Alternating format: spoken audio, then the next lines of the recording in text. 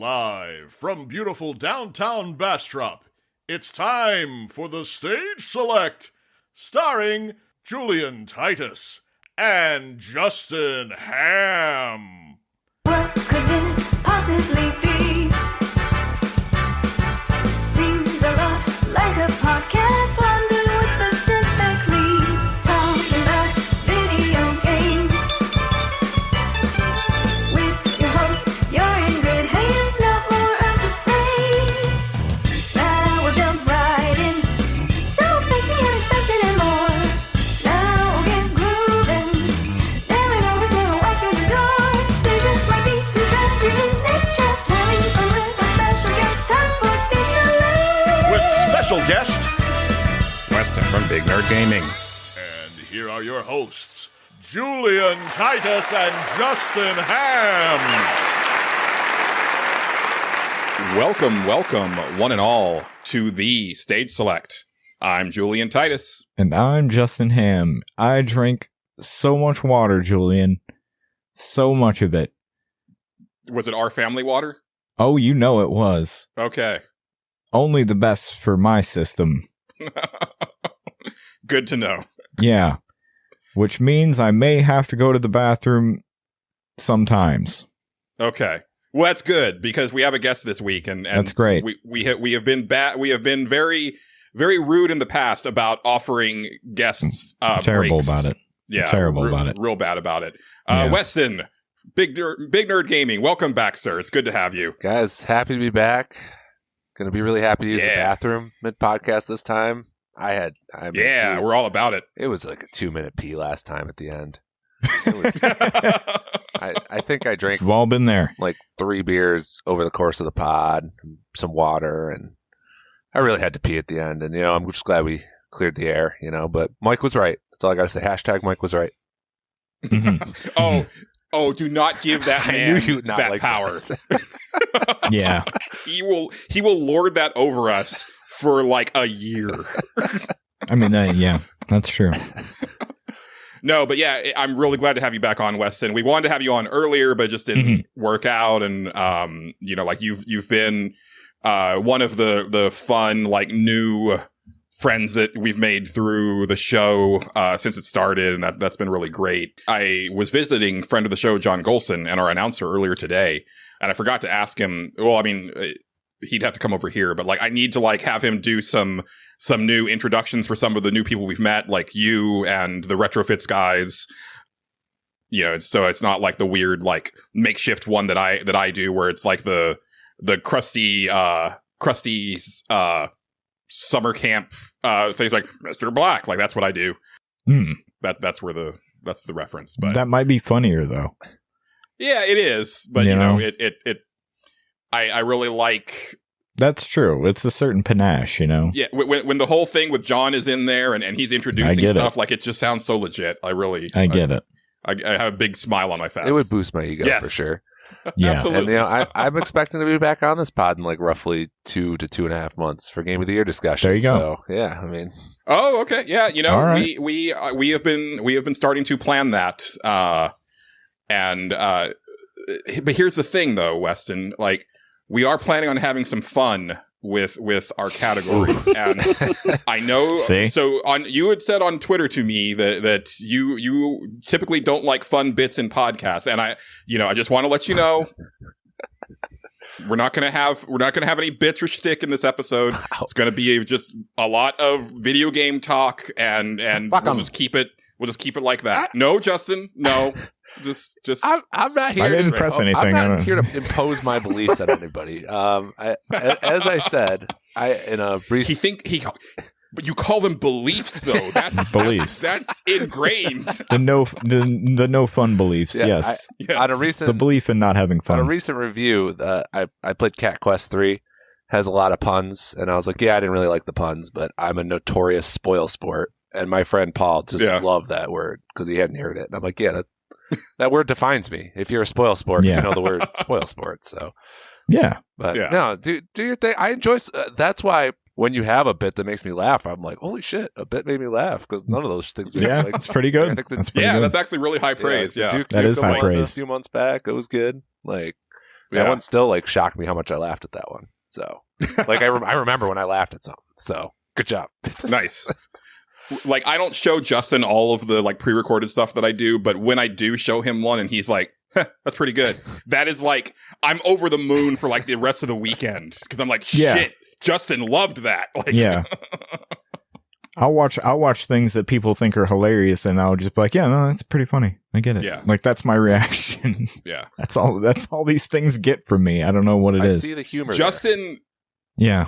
Justin, you are like, in another life, you are like one of those like stand-up comics that other stand-up comics go to see, that like the rest of the world is just like, I don't really get that guy's comedy all that much, but the comics are like, oh fuck, I saw Justin Ham like in New York the other day and like he fucking killed. And they would talk about you on podcasts like constantly. Right. And invariably when you die of like at a very young age, they'll be like, man, still miss Justin Ham. Like his comedy was like just next level and like people just never understood the genius. They never got it.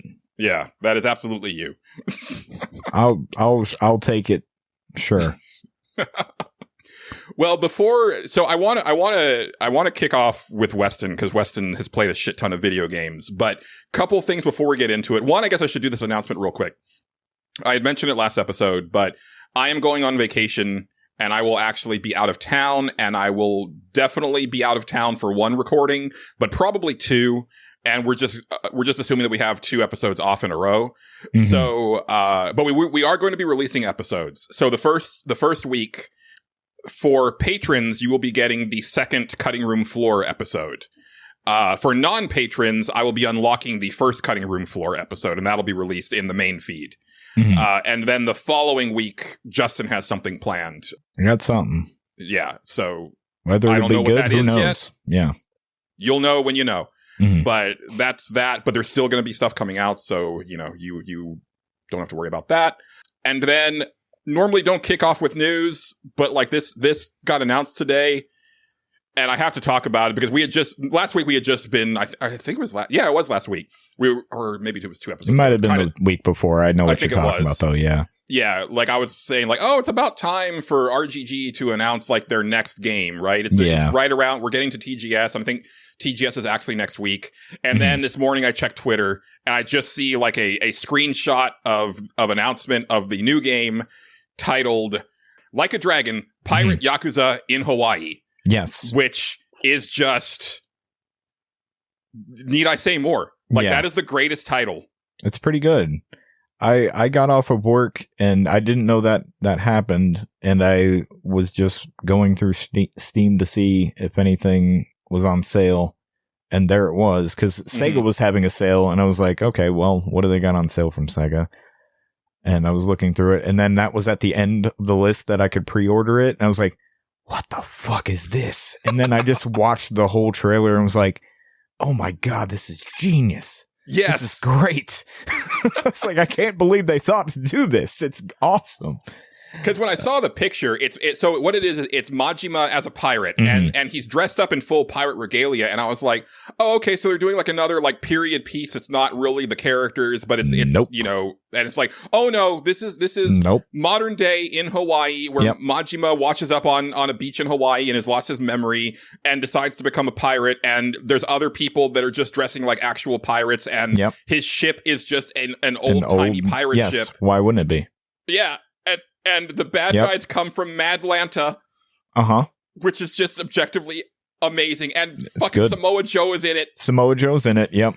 Dude, Game of the Year for next year is already called. It's funny because I thought the entire time when I was playing through Infinite Wealth, I was like, man, Samoa Joe would have been good in here. Like, he's like, he perfectly fits the aesthetic, and then, there he was. Loves video games. Yes, loves video games, loves all this stuff. He'd be perfect for this. And then, and then he showed up, and I was like, okay, perfect. That's great. No notes. Yes. Pretty excited about that. That's pretty awesome. Comes out February, I believe. Yeah, that's soon. Yeah. Now, Westen, as a spoil sport, did you see this and just roll your eyes, or were you like, oh no, I can get behind this? Both. Okay, fair. I rolled my eyes a little, but I mean, you know, the series doesn't take itself that seriously, which is good. I'll be curious to see how they handle the pirate elements, if there's cool RPG elements. I got burned out on the action combat because I tried playing the whole series. Yeah. I played Zero. I did too. Fucking love Zero. Zero was great. Played Kiwami 1, liked it a lot. And then I just burned out on 2. And then I tried playing Lost Judgment, the original Judgment, burned out on it. I was like, all right. So then the turn-based games was when I got back into it. So, I think I'm ready to dive back into action because I'm burned out on the turn-based stuff they have a little bit. So, I get it. I'm ready for I'm kind of excited about the action element. I think that'll be fun. And in Hawaii, Hawaii's a little fresher, only one so far. So, absolutely. Yeah, I think there's a lot of potential. And so they showed like 2 different types of combat, and I'm wondering if it is what I think it is, because like when they show him fighting on the ship, it looks like a Dynasty Warriors game. Like he's just hacking through like tons of dudes at the same time. Mm-hmm. But then they show him like in downtown Hawaii, and it's more classic Yakuza combat. So I'm curious like how they're going to handle that. But I also really liked from the trailer that it's like, oh no, this is actually like a half-step sequel to Infinite Wealth. Like they are calling back to stuff that happened in Infinite Wealth, where usually like they tend to not do that very much. Right. So I was pleased to see that. I'm torn about like, because I could see them not translating this one like they did initially with The Man Who Erased His Name and then adding English voices later. Because I do love Majima's Japanese voice, and that's what I'm used to. Mm-hmm. But for consistency's sake, now that they are kind of doing most of the games in English, I kind of want it in English. And I thought that I think it was Matt Mercer that played Majima in Infinite Wealth. Believe so. Yeah. And I thought he did fine. That's right. Yeah, it was fun. The series seems too big now to not dub it. Like it's too big. That's what I think. Yeah. But again, The Man Who Erased His Name was like decidedly a smaller project, and they initially were not going to translate it, and then dub it, but then they did later on. And I think that was actually more of like, well, we need to like get people adjusted to this Kiryu voice. Right. That could be. Yeah. Yeah. But no, I'm super excited. I love the fact that series can do something that dumb and it's still be like, no, this makes sense. Yeah, this is fine. Yeah. Totally okay. Justin and I are actually going to be recording our Infinite Wealth spoiler cast tomorrow, and then that'll be a Patreon episode that'll probably come out in a few weeks. It's going to be a lot of editing, but it's going to be a lot of fun. I took a shit ton of notes, Justin. I don't know if you saw. Like, they're in there for you to look at. When okay, and I'll have to look at that. Yeah, it's like 3 pages of notes. Thank God somebody did, because I'm already to that point where I'm like, I remember stuff, but I forget details, so it's good. I'm hoping that you can fill me in, because what I ended up watching was a 4.5 hour I do remember that, of the cutscenes, but it was only the pre-rendered cutscenes, which leaves a lot of story out.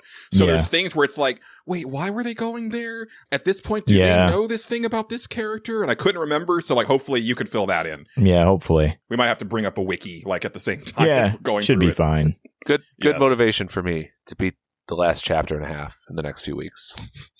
Oh yeah, absolutely. Yeah, especially because the ending is a bit controversial for people as far as what it says about Ichiban's character. So definitely would like to see your thoughts on it.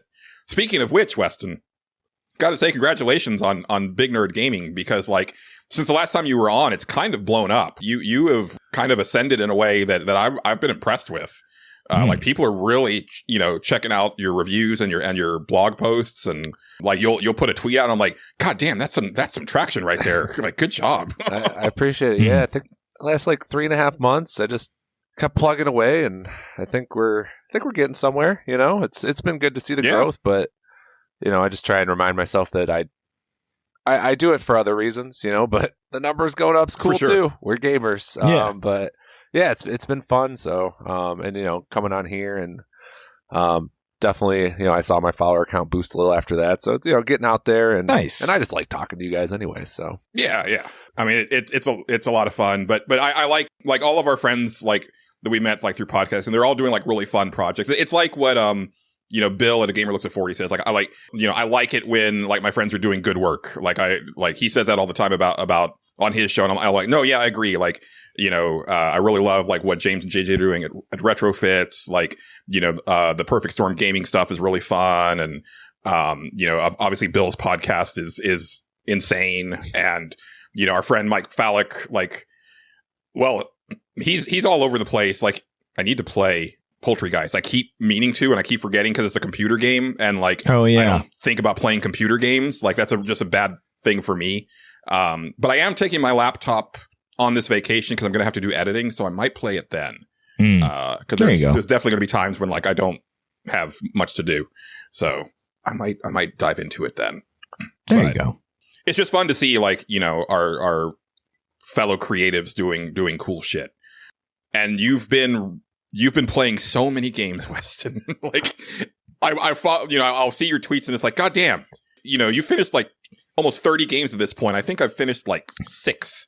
Yeah, this has by far been my best game completion year. I mean, I credit the blog. Hell yeah. Because I felt, you know, I don't want to review a game unless I finish it for the most part. So I've been motivated, and you know, I've plugged plenty of short games in there to help pad that number. The indies that definitely does help. Yeah. But yeah, I've been plugging away. Plenty abandoned, but not nearly what I think I'm at 26 completed now, which I'm pretty happy about. That's pretty good. Yeah. So, hell yeah. But yeah, I mean, I don't know if we want to start talking about them now. I can. Yeah, okay. absolutely. Whatever you want to bring up. You have played a bunch of stuff that we've either like maybe dabbled with or haven't touched at all that sound interesting. And so yeah, like let her. Yeah, I'll let you guys lead on the ones you've played, and I can chime in on those. So I'll just talk about what I've been talking about the last few days, which is UFO 50. I'm like you, Julian. I don't like playing my computer games. It's just a comfort thing. Like, I like sitting on my couch, my console. I don't like playing my PC, whatever. But you just get to a point in the year, and it's like, you know, I care a lot about my game of the year stuff, and there's just a point where I got to play some games on the computer. I got to suck it up. So, UFO 50 just came out. It's the Spelunky developer is heavily involved. I think I've heard people say there's a dream team, so I'm assuming there's some other pretty big indie guys in there. But it's 50 games.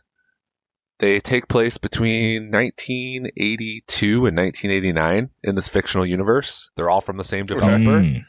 And actually, when you click each game, you can scroll all the way over and it'll give you like a small tidbit like, oh, the developer, like, oh, this is the first game. They created this on their work break and almost got fired for it. And like, just like little lore things that are really cool. And then the point of the game is, you know, obviously it's just 50 games. So you can figure out some you like.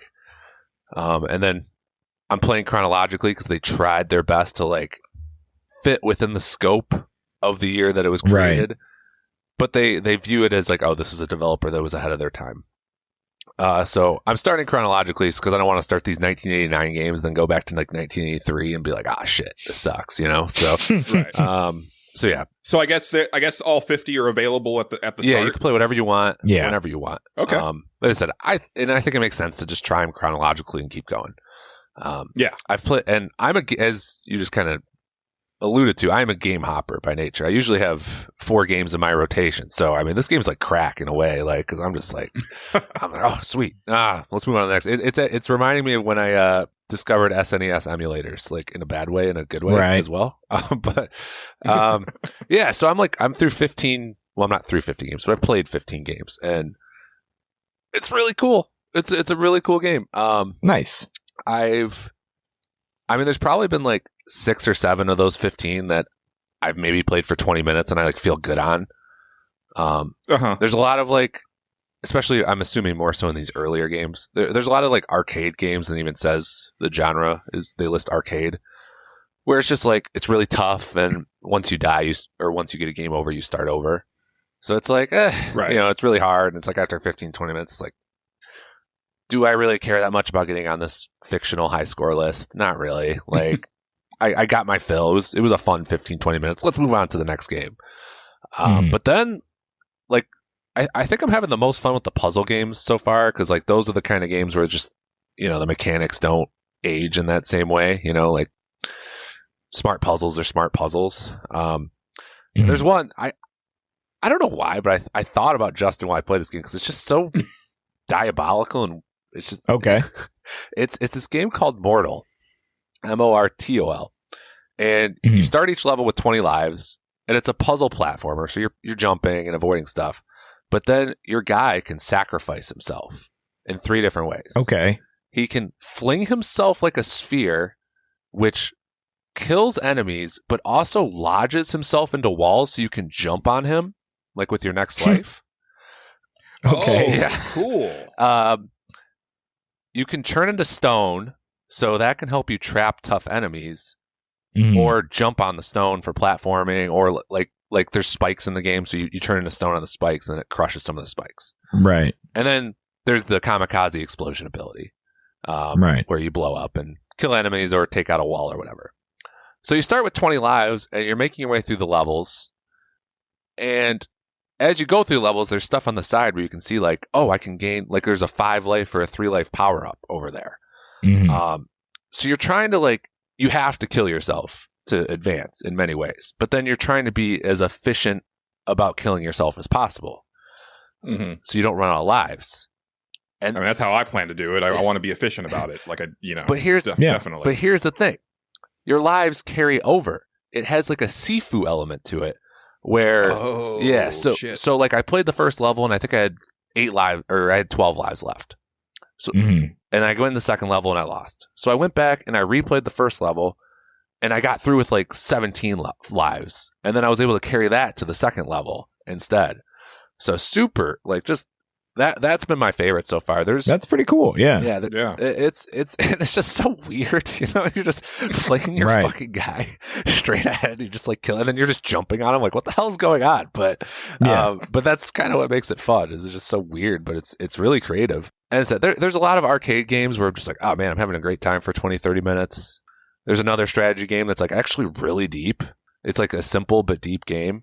There's one. All right. There's one where the whole point of the game is to set off a chain reaction of explosions, and it's a puzzle game, and like it's like you almost have like Tetris type pieces where they explode in different ways, and you're trying to Mhm. take out these demons, but also not kill the villagers. And there's a lot of cool stuff. And I said, I'm only through 15. I'm only to like 1985, and Nice. it seems like the later games they have more output, so they like, you know, guessing those are going to be maybe some of the better games, but I've already found some gems, and honestly, even the ones that I only enjoyed for like 15-20 minutes, it's like, oh, I don't feel sad about it. I'm not Right. Yeah, and there's 49 other games to go through. Right. So like Yep. if even if just like half of them are mid, it's like, well, yeah, but the other 25 are like really fun or whatever. Right. So like, yeah, it's like that sounds awesome. And like I was saying before the show, it reminds me, and this is why it was on my radar. I think I want to say that maybe 8-4 Play is where I first heard about it, but it reminds me a lot of Retro Game Challenge on the DS, which is one of my favorite DS games, which is the English version of Retro Game Center DX, which was based on a Japanese TV show where it's like this Japanese comedian who plays through like old, really hard games. And it's kind of, I think it was before like a lot of the like streamer and YouTube culture kind of took off, where it was, it was kind of like watching him suffer through like these really punishing like old Famicom games and stuff like that. But Retro Game it's Retro Game Center. Challenge. Retro Game Challenge. Yes, Yeah. thank you. That's the US version. It's Okay. very much that, where it's like but I think that one, it was like you kind of had like NES style, and you had like Game Boy style, and then like Super Nintendo style. And you would have like sequels that would go through the ages and stuff like that. There was like a full on RPG in there that was kind of like Dragon Quest, which I didn't finish that, but I completed or got pretty far in most of the games. And yeah, it was just a lot of fun. I think they even had like snippets of like fake magazine reviews in there for awesome. like some of the games and stuff. So yeah, this sounds right up my alley. It had completely fallen off my radar, but there has been a pretty good amount of hype now that it's been released. So it's one I'm likely to actually remember to play and not skip. This game does have at least a couple sequels. I saw that game I was just hyped up about, Mortal. There is a Mortal 2 in the game. And Nice. and I read the description, and it was like, this game fits the darker themes that the developer truly had in mind the first time. And I'm like, whoa, I thought the first game was kind of dark. So yeah, like there's one demon game, you know, the lore is like, oh, they had a hard time getting this into stores because of the demon stuff on it. And this is the 80s, you know, so Yeah. so I would definitely recommend checking out. It seems like an amazing Steam Deck game for those who have it. I don't have one, but yeah, and there's multiplayer in a lot of games too. So I don't know how that works. I haven't tried it at all, but Yeah, I mean, a lot of cool stuff. I think it's at like a 90 on OpenCritic, and I believe it. it's a weird game to review, you know, because there's 50 games. Right. But I understand why, because I think anybody could find some stuff to dig their claws into. Right. Yeah. But it's like that, what is that? It's that famous Steam review. It's like, how will you know when you're satisfied? Yeah. Like, when do you decide, like, okay, it's time to go ahead and, like, review the game, right? Like, do you touch all 50 of them? Do you complete as many as you can? You know, do you like, there's a lot of ways that you can try to approach it. Yeah. There's a lot of games that would be pretty tough to complete because they're you die and you start over, at least what I've played so far. But the few games that I've come across that are like straight up, you can, you lose a level, you can continue, which is mostly the strategy games so far. I could see myself completing a lot of those. So I said Mortal, I'm definitely finishing. Like I jumped off of it just because why not? I had more games to play with it. But every time I boot it up, and it's funny, every time I boot it up, like I'll kind of scroll through the games I played first. I'm like, you know what? Like there's one game called Ninpak, and it's just like, I don't want to say it's a runner, but it's one of those side scrollers where the screen moves. You got to move fast. Okay. Pretty responsive control. It's like a ninja game. You have 3 lives, and you're just trying to boost your score and get through the level. But it's got a double jump. It's got super responsive controls. Like feels very modern, especially for a supposedly 1983 game. Right. And it's like, I'll do one run of Ninpak before I start Mortal. Like there's a lot to like. I think. Right. I think you guys would enjoy it. All right. It's got vibes of like a game jam, but then the people took the game jam stuff and like polished it, and they're like, and we'll just package it all together. Yeah, I think it took them 7 years to make it. So I believe it. It honestly sounds like there's some games in there where it's like, yeah, you should probably just like make that for realsies, like as a standalone thing, because some of those concepts sound like, I'd play a full indie game of that for sure. Hell yeah, right. Yeah, that's all I got on that one. But it's it's one of the easiest recommendations I can make because like a lot of times when I get hyped about a game, like there's a part like in the back of my mind, it's like a little scared, because I'll think about the flaws. Oh, I know that feeling. Yeah. I'll think about the flaws. I'm like, oh man. Yeah. I hope you guys see what I see and don't focus on the flaws. But with this game, it's like, yeah, you're gonna like it. Like, you're gonna find something you like. So right. Like even if I played every game for 30 minutes. Like I paid, I think, $25 for the game. If I played every game for 30 minutes, I'd probably feel like I got my money's worth for the most part. Right. So. Absolutely. Well, what else have you been up to? Oh, man. Well, I just reviewed my Crypt Custodian review just came out today. It's another indie game, so I'm going to talk about that. Did you guys play Islets a few years ago? It's a Metroidvania. No. Okay. It's from a solo developer named Kyle Thompson.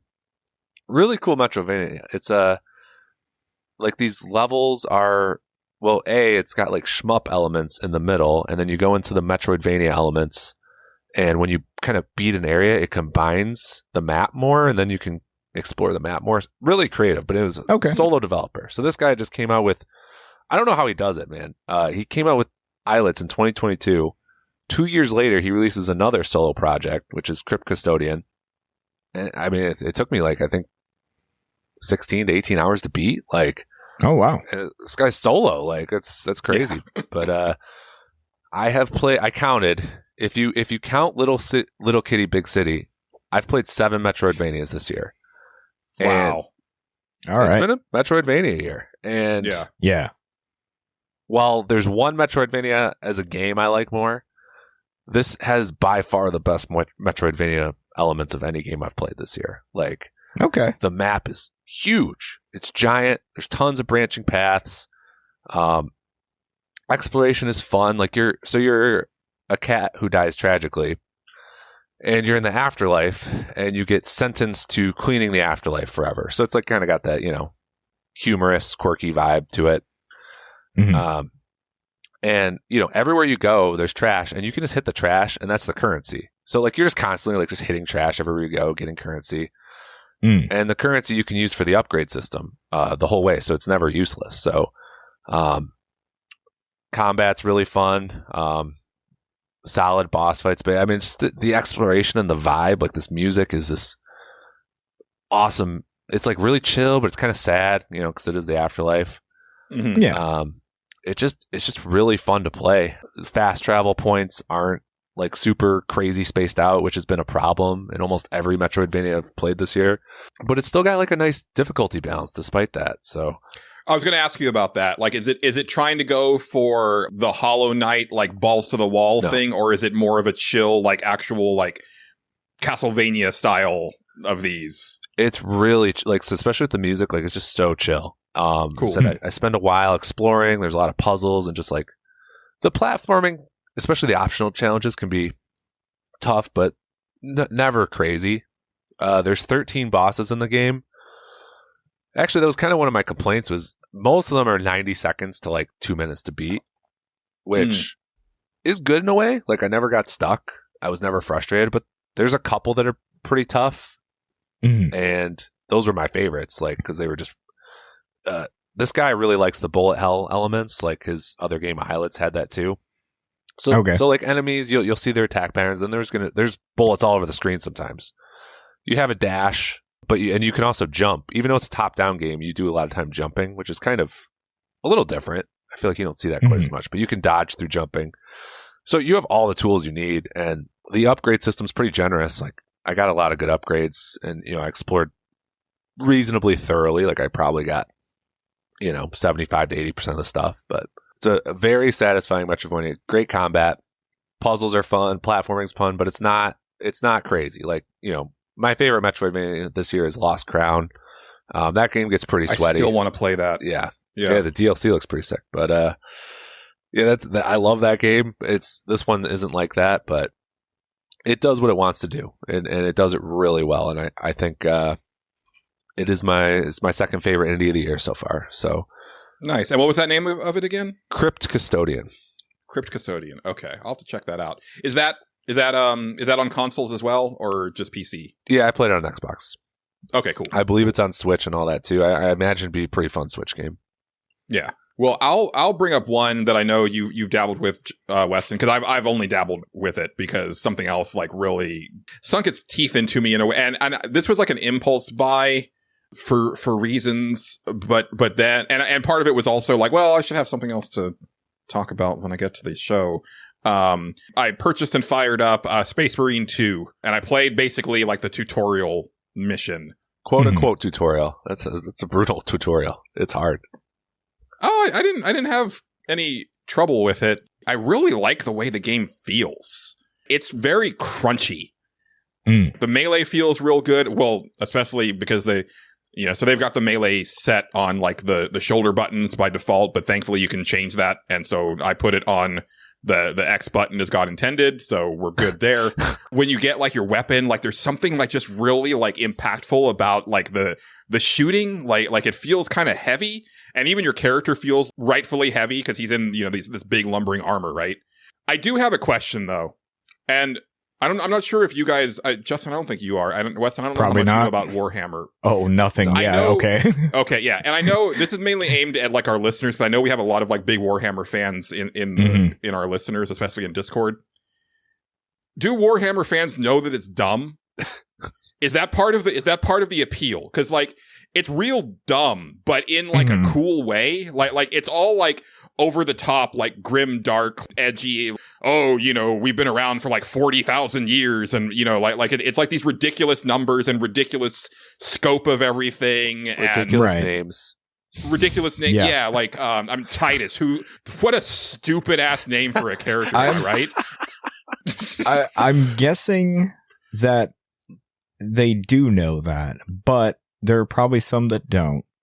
And it's also probably a thing where like it's a product of the time that it came from, because it's been around forever. That's true. Yeah. And so people have been like, man, this is kind of dumb, but it was from this time, so it's great. Like we love this thing. So big Warhammer fans have just come like, this is just the thing. And also there is cool stuff in there too. Oh yeah, and I say dumb in like the loving way, right? Oh like, yeah, I agree. Like in the Giant Bomb way, right? Like I always loved on Giant Bomb when they'd be like, "Oh man, this game is so dumb," and like what they mean is like, "Oh, I love this, but it's got some cheese to it." Right. I actually appreciate, even in just a little bit that I played, and I only got about halfway through the first Space Marine.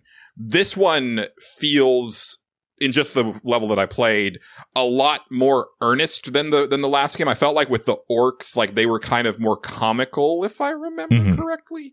Where here it's like, oh, everything is like straight laced and like super serious, but that makes it kind of funny to me on the back end. Exactly. Like, yeah. If it starts like, going into like leaning into that being funny, then it's not funny anymore. I think, and I think that's it. And, but I guess I just wonder is like, are the fans in on that? Or is that just like an outsider's perspective of like, this is kind of dumb, but I like it? It's hard to say. Hard to say.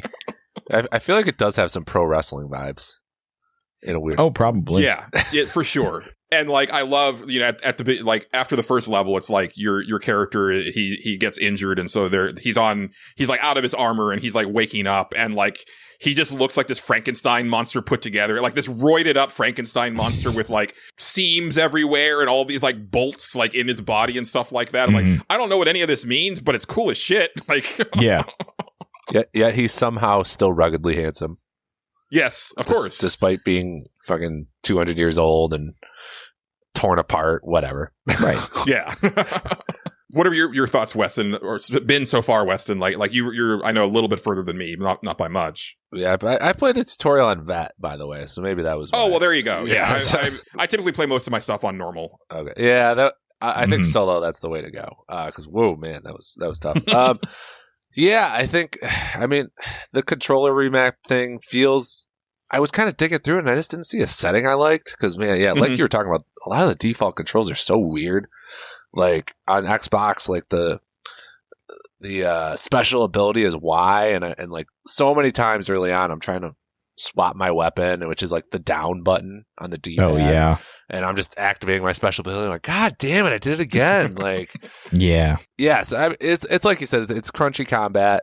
When you pull some cool stuff off, it feels amazing.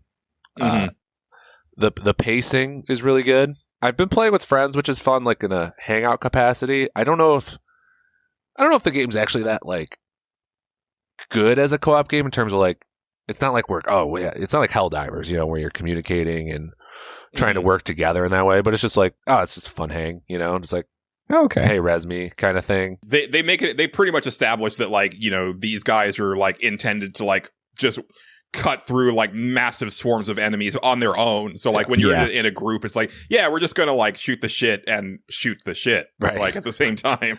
It is hilarious. If someone reses you, it's the funniest shit because they talk shit to you like, one mistake is deadly, brother, or something like that. Like it's like they don't. Nice. There's nothing like nice about it when they let you up. They're like, what the fuck are you doing? More so. Yeah. So that's good. Probably a little more gun variety would be nice. I wish they did a better job for us non-Warhammer people with the story. Like you're just throwing it. It's like they just throw you in there and be like, fuck you. Like, hey, that is always my thing with Warhammers. It's so long and storied and established, and so many of their games. Like I've watched a lot of them.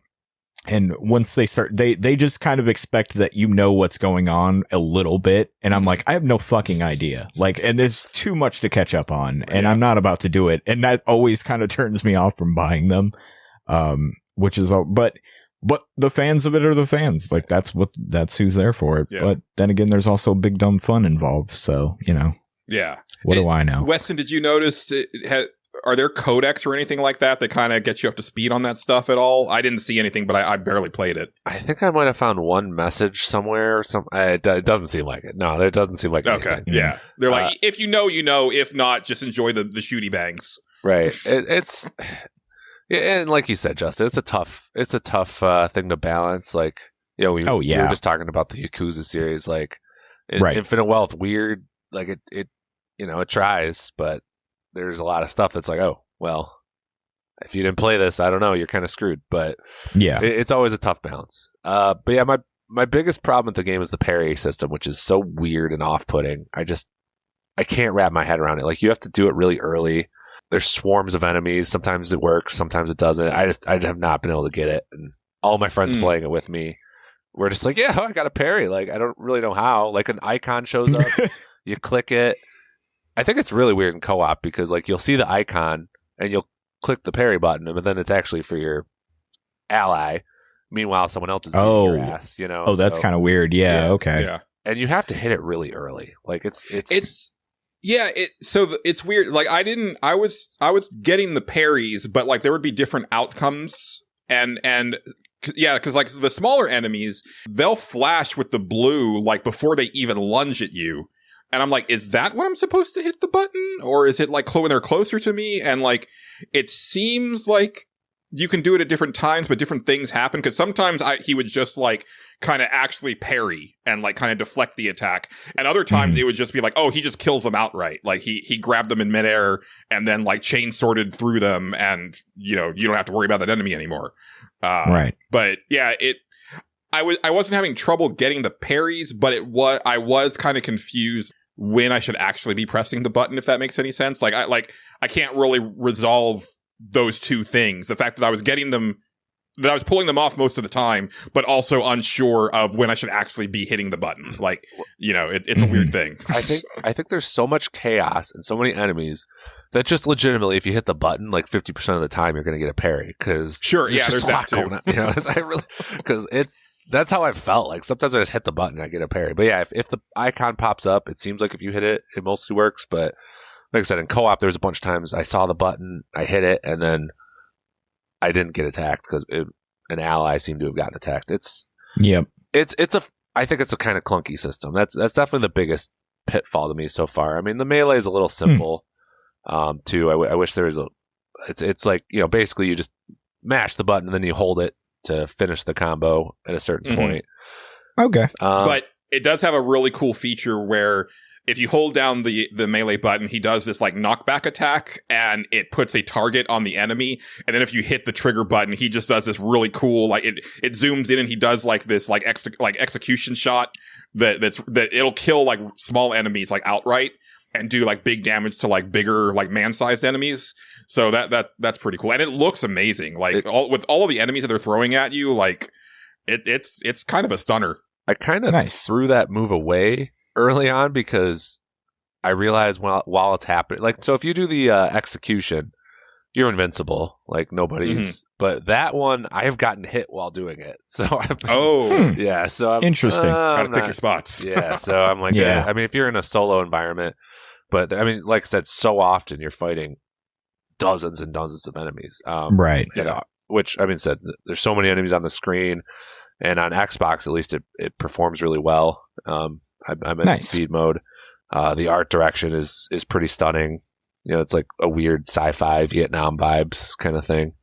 But yeah, I had a rough first go with it, but and I don't even think it's because I played with people. I just think I adjusted to the controls, and I'm starting to enjoy it a lot. Yeah. Yeah, I'm looking forward to delving in it some more. I'll talk later about the thing that I spent most of the week on, but I'm trying to finish some stuff up because I gotta say it right now. Like I'm getting a PS5 Pro. Like I'm like I said last week, like I'm gonna go visit my friends in Colorado most likely next week. I might have to cancel that trip. We'll see. But I'm like, well, okay, then I should like finish like this game that I'm on, and then I need to like wipe the system because it's going to be like going to somewhere else. So it's like, got to make sure that like I've got like the saves that I want uploaded to the cloud, get this system like back to factory settings and blah, blah, blah. And so that's why I bought Space Marine 2 on my Xbox. And like, okay, we're going to be Xboxing it for a while. So I'm going to get caught up on like some of those Game Pass games that I've been dabbling with or sitting on. And Plucky Squire, even though I associate it with PlayStation, because I think that's the first place that I saw it shown, like it is on everything. So I was like, okay, I'll get Plucky Squire on Xbox as well. And, you know, I'll just be racking up achievements for a while instead of trophies. It's fine. Plucky Squire is on the PS Plus as well. It's on I think the upgraded PS Plus, which I don't have. Yeah. Got it. So I was like, I'll just pick it up on Xbox eventually. Like, you know, right now I'm going to focus on Space Marine. And then I do want to go back and finish Kunitsugami and Flintlock. So I was digging both of those quite a bit. Yeah.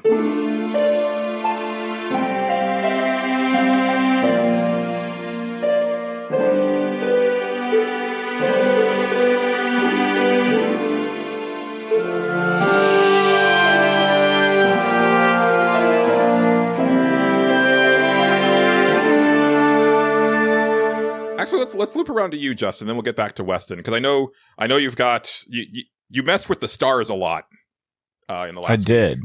Yeah, and I will talk about it, but before that, I need to go to. You know what? I'm not gonna go to the bathroom. I'm gonna stay right here. Well, no, I'm not. I'm gonna leave. I have to make room for a friend of mine. Okay. Because last time, I had questions for Westen. Oh, God. But now I don't have them this time, okay? But I put the call out, and we'll see what happens. Okay, so I'm gonna take off, and we'll be right back. Hold on. Okay. Well, hi there. How you doing? Hey, Jacob. Hey, how you doing, Julian? How you doing? Not bad. It's good to see you again. Long time no see. I tell you what. Yeah. All right. Well, my friend. Actually, I don't mean to be rude. Westen, you all right? Jacob Washington with Sweet Tea Games. Jacob, Well, nice to meet you, Westen. How you doing there?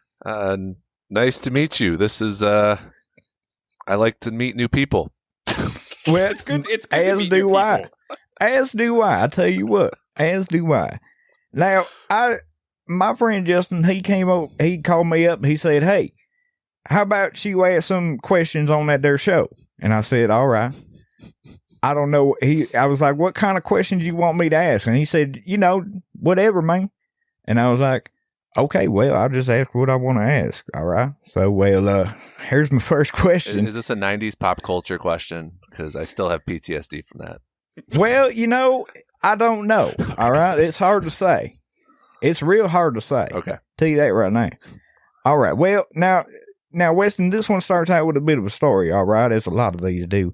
Now, back in 2003, all right, I went and I met Dale Jarrett at an Advanced Auto Parts near Bristol Motor Speedway. You ever been around Bristol? I have not, but I'm aware of Dale Jarrett. Okay, Dale Jarrett, he was a NASCAR driver. All right, drove that number 88. That was a good race car right there. Very fast. Won quite a few races in it. Now, I met him at an Advanced Auto Parts, and at the time, all I had on me was a camshaft for a 1997 Ford Taurus. All right, so I got Dale Jarrett to sign that. And, I was just wanting to know, I guess this is for both of y'all. Just, just throwing it out there. How much you think I could get for that there camshaft nowadays? Is he still alive? Yeah, he wasn't the one that... I believe he is. I believe Dale Jarrett's still kicking. Okay. Say probably about $3,000. All right. That seems like a fair price to me. I mean, you can't, it's hard to display a camshaft, but if you put it up there right, mounted on a piece of wood or something, it might work. I've been thinking about doing it, but at the same time, I was wondering if I should just sell it. I am a big Dale Jarrett fan. I will say that. All right. Well, thank you for your input. That's very kind of you. Now my next question here, is going to require me to, kind of send y'all something here. So we're going to do that. Now, this here right here, that's coming up, I hope anyway. Now, I bought this at a flea market. I was wondering if any of you gentlemen was interested in buying this. This is a Dallas Cowboys Glock 19. I bought it for about, I shouldn't probably tell you how much I bought it for, because, I'm trying to sell it. But I'm trying to sell it for I'm trying to get about $550 for that. Would any of you, either of you be interested in buying one of them? I'm a Lions fan, unfortunately. Oh, all right. Well, if you ever, decide to come down to the Cowboys way, I don't really care about the Cowboys. I just bought it because I thought it might be worth something sometime. Yeah. It's a good little gun. I tell you what, savvy. Good little gun. It's accurate as all hell. I've only shot about 3 times. You put a hole in the target there. You doing some target shooting there, Westen. Would you say it's more accurate than Dak Prescott? Now, I don't know who that is. But, I tell you, it probably is. I tell you that. Well, I can see y'all ain't interested in buying that there Glock 19. Yeah, for me. it's going to be a pass for me, Jacob. I'm sorry. All right. Well, that's all right. My friend Glenn, he'd been asking me about it too. He's trying to buy it off of me for $500, and I just will not budge on that $50. Wow. That's how it is. You really need that 50% margin, huh? It's the principle of it, Weston. It's the principle. All right. Well, now next question here. I only got 4 of them, so don't worry too much. Do you have an electric chainsaw I could borrow? I'm trying to find. So I got a problem, right? Outside my burn near my porch, got this here mulberry tree, and it's just dropping mulberries on my porch all the time. And I got to get out there with the leaf blower and blow them all off the porch. It's a whole goddamn thing. And you know, I've had enough. I should have took Craig's advice when he said you ought to cut that thing down, and I didn't take his advice, and he was right. And now I got to find a chainsaw. His chainsaw don't work. It's all gummed up. It won't even start no more. So, you know, if either of you got an electric chainsaw, I'd be mighty happy about that. I don't, but I feel like you have enough assets to sell to buy one. You know, I could probably go down, trade some. The Home Depot will not accept a barter. If you ever go in there and try, I tell you what, they're not kind about it. What happened to customer service? I tell you, I wonder that all the time. I'll tell you that right now. Well, my last question here involves me hitting a button. So I'm going to do that. She thinks my tractor's sexy. And that's this. It's time for the Kenny Chesney Minute. Okay. And the question is this: what is your favorite Kenny Chesney fact? I'll tell you mine right now. Mine is that Kenny Chesney loves dogs. He's got a dog. His name's Poncho. He's seen from time to time with that there Kenny Chesney. They're quite a pair out here. So, you know, Julian, Weston, what's your favorite Kenny Chesney facts? I love the fact that he has this kind of frenemies relationship with Kenny Loggins. They get along okay, but there's also this kind of like low-key animosity anytime they're in the same room together. Like, I think that's kind of fun. All right. Well, that is a fact I was unaware of, but I tell you what, it checks out to me.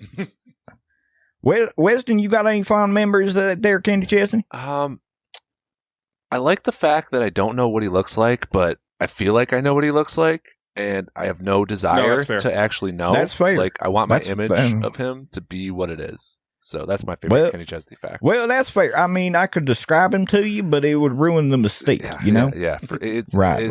Just a mysterious guy who I've never heard his voice probably, or I've probably heard his voice somewhere along the line. Well, I mean, you just heard it. That was him on that there sound. Well, that's a good point. That's a valid point. I mean, so you've heard, you know what he sounds like. Might have popped my Chesney cherry. There you go. But, I tell you what. All right. That should be the title of this episode. Well, I'm happy to help. You know, I'm happy I could be of service. Now I'm gonna go. I gotta wake up early. Gotta seal some concrete tomorrow. I'm not looking forward to that. I'll tell you what, right now. Well, I get on out of here. Let y'all finish this here podcast. All right. You have a mighty fun time, Julian. It was good to see you, Weston. It was nice to meet you. And I'm gonna skedaddle. Thank you so much, Jacob. We'll talk to you later. Nice thank you, Julian. All right, I'm back. How did it go? Did he have poignant questions about real serious? Yeah, they were pretty serious. Yeah, we're continuing with the show being a very serious. Yeah. Did he try to sell you guys on a Glock 19? Because he tried to sell it to me too, and I was not interested. Yeah, that's too much. He's asking too much. I keep telling him he will not budge on that fucking $50. I was like, man, I would maybe do $350 for that if I was looking for it, but it's tainted with cowboy stink, and I don't want it. It's a whole thing. Yeah, I told him it was a savvy investment, but upon reflection, like, when you buy a gun with an NFL team logo on it, you really limit your market. You really do. Like, supply and demand, like, the demand is going to be lower, So I think he might have overpaid for it, and now he's just trying to cut his losses. It might be a whole thing. I mean, you can't do a crime with it because, like, people are gonna remember. They're gonna remember it. It's for target shooting. I mean, that's what it's for. It's for the Cowboys fan that needs to go to the shooting range at all times. Yes. But anyway, video games. I did play those. There is a theme Julian mentioned. We'll see don't tell anybody what the theme is, Julian. Just let them figure it out. Okay. That's the fun here. I think I let it slip already, though. But oh, that's fine. Yeah. They'll forget. They'll have forgotten by now. I'm True. sure. Yeah. So I did on stream. I played a game called Star Trek Resurgence. I did it because I was trying to commit war crimes against Star Trek fans because I don't know shit about Star Trek. I kind of figured it was going to be like one of those games where it's like, hey, you know what's going on here. And I was going to be like, the fuck I do. That guy is just blue to me. I don't have any fucking idea what any of this is. I mean, there's some of that. There is a little bit of that. I'm not going to lie. To answer your question, because you did ask that question in particular, there are just some aliens that are just blue or green. I asked a friend afterwards, and they kind of also filled me in. They're like, no, some of them are just green. They were just green guys. That's fine. I was like, okay, well, I mean, that's fair for when it was made. You could tell how much budget they had on certain episodes. Yes, absolutely. Absolutely. And in this game, like, I imagine this game didn't get like that great of a budget, for whatever it was. But at the same time, I really liked it. Real nice. It looked pretty good for what it is. Yeah, absolutely. It looked pretty good for what it is. Sorry, I don't mean to cut you off. Oh, you're fine. I just wanted to say, like, between that game and what I've been playing of Star Wars Outlaws, my idea of what I want the next Mass Effect game to be is I can see it. It's getting very solidified in my head. Yeah. And a lot of it is vibes, and I really like the vibes of this Star Trek game. Yeah, it feels like you're kind of watching an episode of that show, I would imagine. Mm-hmm. For those out there that don't know what the hell it is, let me explain what the game is. It's basically like Telltale Star Trek. That's kind of the gist of it. There's like little mini games here and there, and I think I'm about to enter a stealth section, and we'll see how that goes. That might completely change my mind on this shit, depending on how it goes. But from what I've played, and from somebody who is completely like, I know a little bit about Star Trek, and that's about it.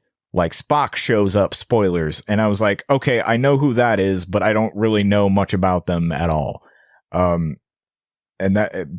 as for somebody who doesn't know anything about that, I was still like, no, I'm into this. I want to see where this is going. Actually, this is kind of interesting. You're basically playing as two characters. You're playing as this, commander lady. I forgot her name already. It's Jaya something or something like that. An alien that I was not familiar with, and I'm wondering if they made it up for the game. Yeah, I'm not 100% sure if they've been established too, but they need after the stream I thought of the perfect way to describe them. I was like, oh, they have space diabetes and they need a thing to live every now and then. That's how they have to stay alive. I made that joke to the friend who I was asking questions about Star Trek to, and he was like, listen, man, a lot of the Star Trek universe is just basically that. It's Star Trek, it's space diabetes and stuff. And I'm like, okay, I get it. That makes sense. That's one character. She was okay. And then you're playing as this other guy, and he has his own, he's like a mechanic, and he's trying to solve mysteries with weird space mechanics that I don't understand, but it's fine. It's a really cool thing that they did there because, and actually literally one of the episodes, because it's set up like episodes, like they have episode titles, and one of the episodes actually is named after a very famous TNG episode, which is Lower Decks, which focused on, not the bridge crew. And kind of seeing like, well, there's stuff going on, but like we only know this much because we're not privy to that information. And so getting to have a commanding officer that you play and also someone in the lower decks area of the game is a very interesting way to handle a story. Yeah. I love that. I also, for any Star Trek fans in the audience who haven't seen this game, it's set like right around the time that Next Generation ends and goes into the movies, like based on the uniforms. All right, gotcha. I would have never known that.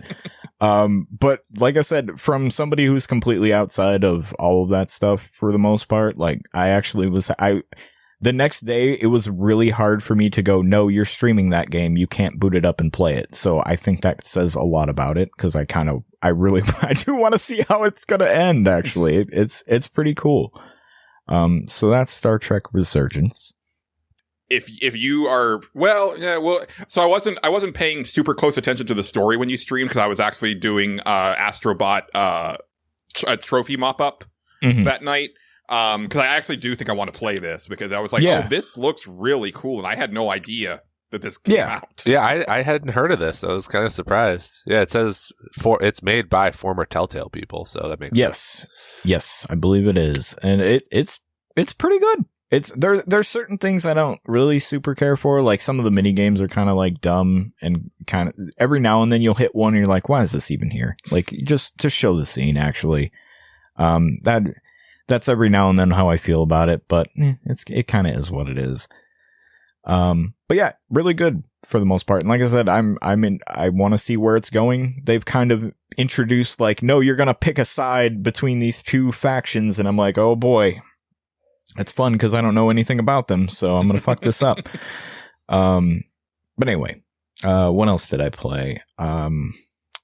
I also played in the same vein, and this is actually the one that I've been playing the most, and it's kind of the weirdest one. Well, no, I won't say it's the weirdest one.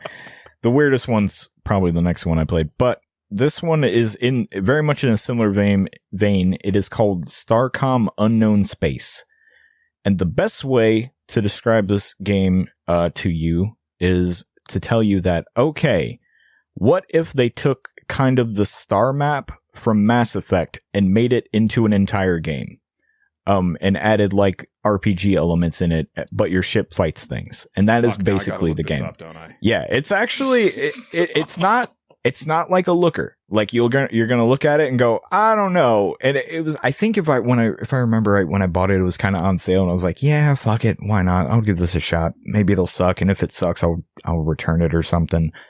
But then I started playing it, and the more I played it, the more I was like, I'm kind of getting into this a little bit. This is actually kind of cool. So like it's basically, I forget the name for it, but if you flattened out a globe, right, it's that, like, it's just the overhead shot of space, and you're flying around basically, and into different, little galaxies and whatnot, or solar systems, I should say. I think it's all set in one galaxy. You have a ship and it sucks, but you're going to upgrade it by getting resources. You get pulled into some random place through a wormhole, so you don't know anything, and everybody around you doesn't really know anything, and you're trying to learn together. So everything's unknown. Thus the name Unknown Space. Thank you. We got there. Justin, is there a reason why I'm getting FTL vibes, and should I start to get excited? I don't know. I really like it. I'm not going to sit here and bullshit you. I actually, I'm how many hours am I into this? I am almost 19 hours into it now. So basically the thing is, you're just flying around and you're scanning planets. It's not the Mass Effect 2 scan the planet minigame. For the love of God, that would be terrible. I would immediately have stopped playing it. It is basically like, it's kind of more Mass Effect 3. You send a little probe out. If there's anything interesting on the planet, it comes back with like a text blog, and then you kind of almost do like a text adventure RPG on the planet a lot of the time. It's like, okay, you discovered this thing. How do you want to proceed from here? Do you want to try to extract these resources, or do you want to get the hell out of here and come back when you're a little bit better and have more to advance? Because a lot of it's a dice roll based when you get into that stuff.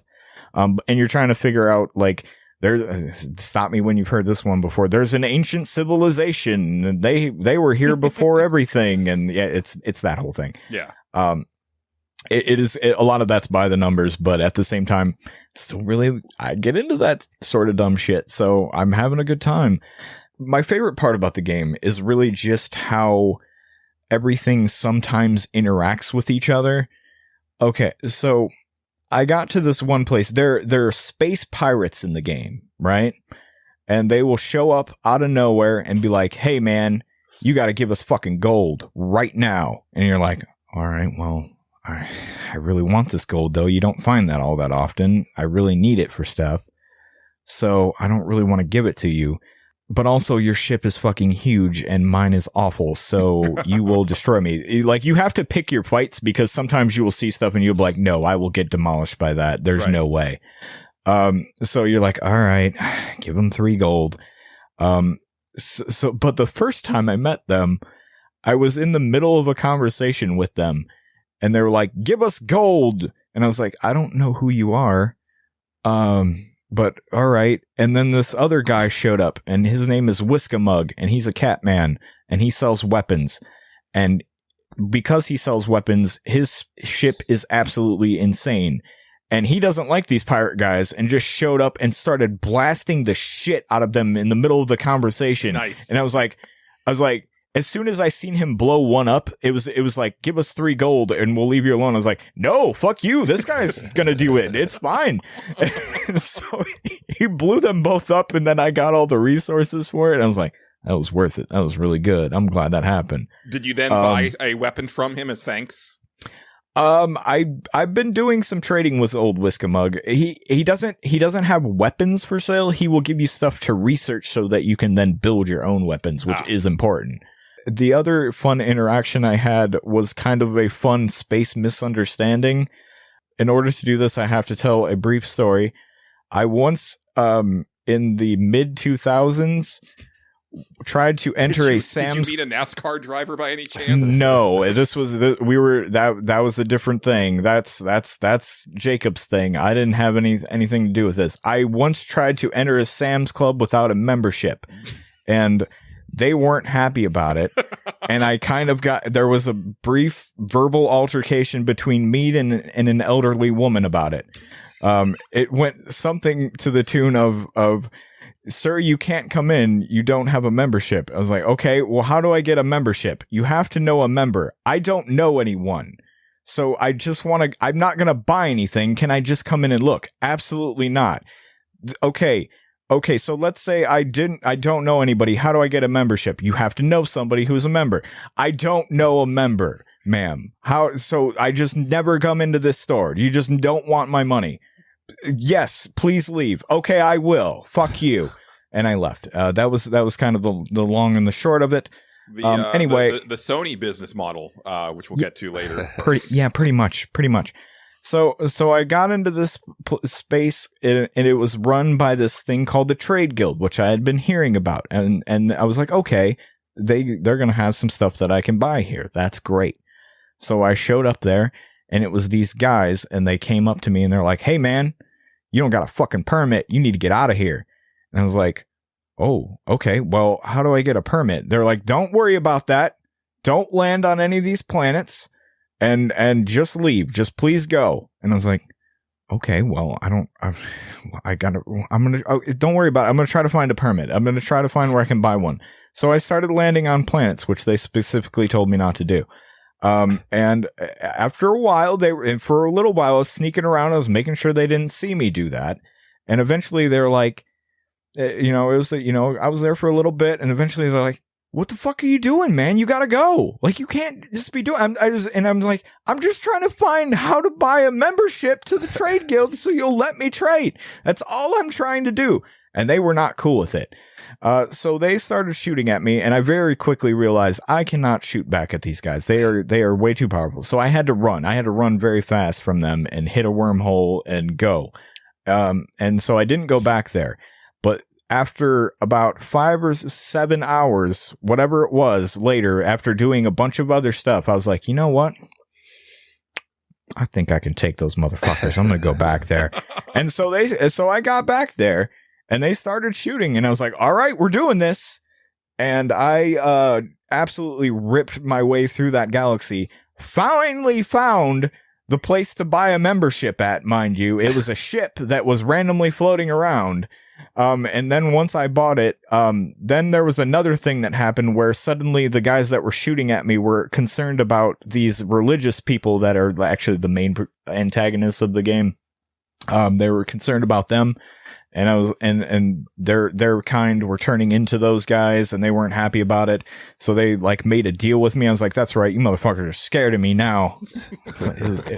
It was great. I actually really liking that game. Sounds really cool. It's pretty cool. Like, yeah, like the ability to like upgrade your guns, and like you have to manage like the heat and how that all disperses, and you have to vent it out properly. And it's got like it's not exactly like what's that dumb game that Bethesda made, Starfield or anything like that, but like it's just enough. Like it's I actually like it better than Starfield's ship crafting because it's a little bit more simple, and you're just like, yeah, no, I would like the bigger guns, and you're doing all the research and all this stuff. It's a cool game. How do they handle the ship combat? Because like in the screenshots, I really got strong FTL vibes. Right, the ship combat is basically like kind of just an overhead, like almost a twin stick shooter. Oh, okay, because I also was getting some Armada from Dreamcast vibes from it too, which is good. Like that's one of my favorite Dreamcast games. It's not like the best ship to ship combat you're ever going to experience or anything like that. There's one button that like if you have plasma turrets, it'll auto aim them. Then there's a fixed gun that you can turn, and you can make your ship, better at turning and stuff like that if you want to aim weapons. There's, missiles and stuff like that. There's shields, which I have to find elements to get and stuff like that. But aliens will start shooting stuff that will specifically hurt your crew, like poison missiles and shit like that. And I was like, oh, that's a problem. Okay. At first I got hit by, I was like, what is that even doing? Then all of a sudden, all like 2 officers were like critically injured. I was like, oh, okay, I gotta watch that. That's not good for me. But it's like I said, it's not like the greatest thing ever, but like when you finally like get enough firepower to actually take some shit on, then you feel pretty good. I have like sort of the difficulties turned down a little bit on that because I was like, I just kind of want to see what this is, and then we'll go from there. And I'm kind of glad I did every now and then. But it's cool for what it is. It's actually really cool. So that's Starcom Unknown Space. Yeah. Now I know you played another Star game that all of us can talk about. Yes. Which is Star Wars Outlaws. Yeah, I did do that. I only played it for a couple hours, and I kind of admittedly fell back off a bit, but not permanently. I was just kind of like, I'm not sure I'm in the mood for this right now. Mm-hmm. I got like bout past where you were the one time we were talking about it with the Imperial ship and stuff like that, and I got in a gunfight, and I got kind of frustrated by the end gunfight in that part. That is one of my biggest complaints about a lot of the story missions, is that you'll go quiet for a lot of it, but then at the end they're like, well, everything's popping off now because it's a Star Wars movie, and so there's got to be a big shootout at the end, and it's like, but I kind of wish that like you would maybe let me like sneak back out, like because there's side missions where you can just like sneak in and sneak out, and none's wiser. But so far it feels like almost every story mission that has involved like sneaking into a facility ends with like a big prolonged shootout. I can see that. It's because like you said, they want to do like the movie thing of like, oh, we gotta go now, and it's a big huge deal. Where you and I are like more wanting to role play and be like, no, nobody's seen me do anything, and I get out and I'm like scot free and smooth. Yeah, Kay doesn't want to get into a prolonged gunfight, right? Like that's not my Kay.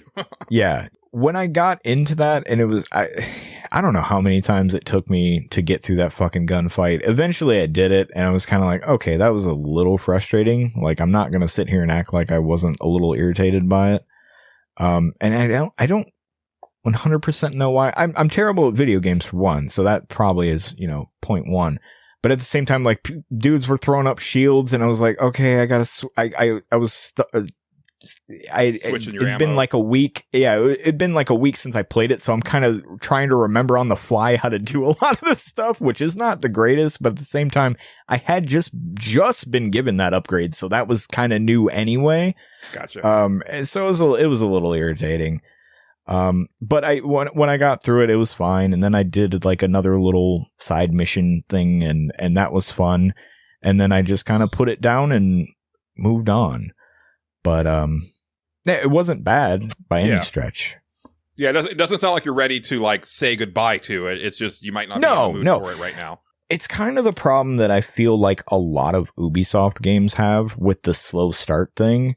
And I don't know, this one has a faster start than a lot of them do to me, but at the same time, like the they have a lot of shit that they need to introduce you to, so they always do like kind of like an intro area, and this one's kind of like, you know, the first couple of things are you getting your feet wet and getting to know how this stuff's gonna work. And I don't know, it's good, but they throw a lot at you in those, and I don't know. I've never been like the biggest fan. It's kind of like the make or break moment for the game, and I've never thought they've quite done it very well. Like even Assassin's Creed Odyssey, like I was like so close to quitting that game, and I ended up loving that game. But at the same time, like there was that intro part, I was like, oh my god, just kind of let me do whatever now. I'm so over it. I feel that like, I don't know. I was getting into it like from the beginning. No, the intro mission is great. But what I mean is like that whole, because like really I would say like the game doesn't really open up until you have your hyperdrive for the ship online, and you know your partner is like, hey, we can go here or here. It's up to you. I suggest we go here, but if you want, we can go here, and that's really when it starts to open up. And there's also like contracts from like one planet that have you going to another planet and stuff like that. Yeah. But even all the stuff leading up to it, like I was really into, and I think the big thing for me is just like, man, the vibes of this game are like have like, I'm gonna put this in my review when I write it, but it has it has stoked the long dormant embers of my dead Star Wars fandom. Because like just like the walking around like a town and like seeing people like working on droids, and then like you step into like a really seedy pub. There's people playing sabacc over here and people betting on races over here, and there's like music going on, and you sidle up to the bar and you ask for some information, and then you like listen in on someone's conversation and get a mission that way, and like it all just feels so quintessentially Star Wars, and specifically like that underbelly of Star Wars that I love. Yeah. There was also, it wasn't just like, you know, I mentioned Han Solo in the movies, but like a lot of the books that because you know, so I am a recovering extended universe addict for Star Wars. So I read a shit ton of the books back in the day. Right. And so like having like, and those were the books that I always loved, were the ones that dealt more with like that type of stuff. You know, like I love the Lando Calrissian trilogy, and like some of the X-Wing books would deal more in the like seedier side of stuff. And it's got that in spades, and this is one of those games where I will very much like, nah, Kay's gonna saunter into this place, like, you know, she's gonna strut right now and stuff like that. I do appreciate how many times it gives me the chance to stab people in the back, like in a mission. Like that's kind of appreciated at all times. Like I'm just like, oh yeah, I can just tell that guy to go fuck off right now, and that'd be fun. And sometimes you're like weighing it, like, well, that faction doesn't really like me, but I could kind of bring them around if I just portray them a little bit, just a little betrayal, just a little baby betrayal. Yeah, you know, it'll be okay. So I kind of dig that. I've spent the last few hours very much like actively trying to nurse my relationship with the Pikes, because I had gotten it so far down that they were like actively hunting me. Oh boy. Yeah, I should maybe watch that, because they don't like me very much right now. But then they called me in to come talk to them, and I was like, oh, maybe I'll go talk to them. Yeah. And that'll be fine. So yeah, it's cool. I think I just wasn't in the mood for it when it came up. I think that's really what it boils down to. I still like it. I still like most of what I played.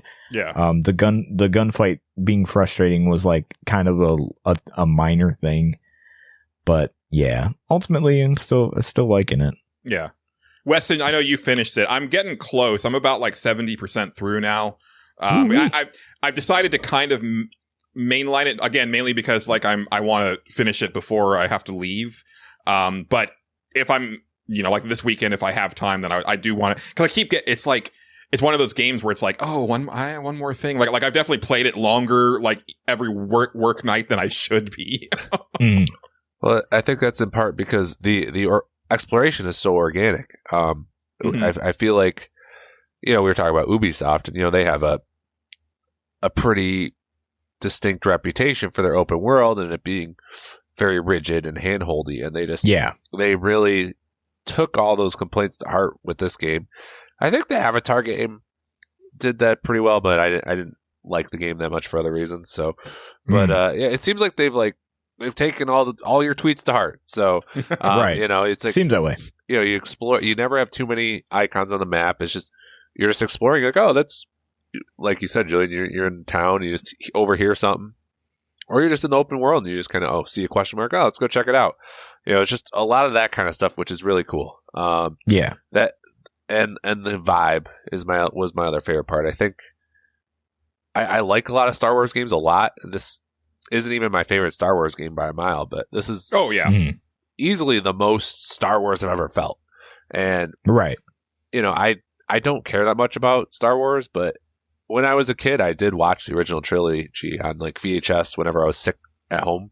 That was if I was homesick from school, I watched the original trilogy, and it's like kind of like it's like just like you, Julia, like kind of rekindled it. I was like, oh, I do have like a soft spot for Star Wars. Like, it's I don't watch any of the TV shows.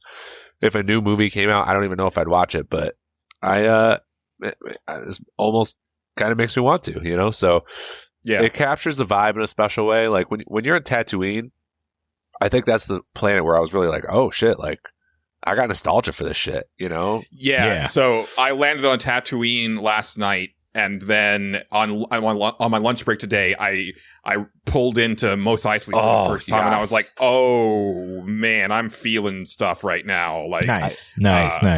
Because especially because like they built a lot of that set like back in the day, so like you feel like you've been there already, like in the movies, and so when you're walking through the back alleys and stuff, it's like, oh shit, Han walked through here. Like this I don't know, this is like really doing something for me right now. Yeah, I took that's like awesome. a minute clip of me first walking into Mos Eisley, and it is like it's just so alive. Like there's just shit going on. Like everywhere you go, there's someone walking the other way. There's some activities going on the side, like someone gambling. Like there's just always something going on. It just like really feels alive in a special way. It's a Kay and Nix are such strong characters. They have a couple strong character arc moments throughout. Like the heist crew's pretty cool. Like Justin was saying, I mean, I just think the core gameplay mechanics aren't that strong. Every now and then it feels a little awkward, but they're passable to competent. They're passable. And everything else is just like carries it, and then that's just enough to get you through. And there's a few cool modes with that stuff, but I mean, it's everything around it. It's just and it makes me really interested in what they do with Shadows, with how much they seem to have really adjusted their approach here. Sure, I'm curious about that as well.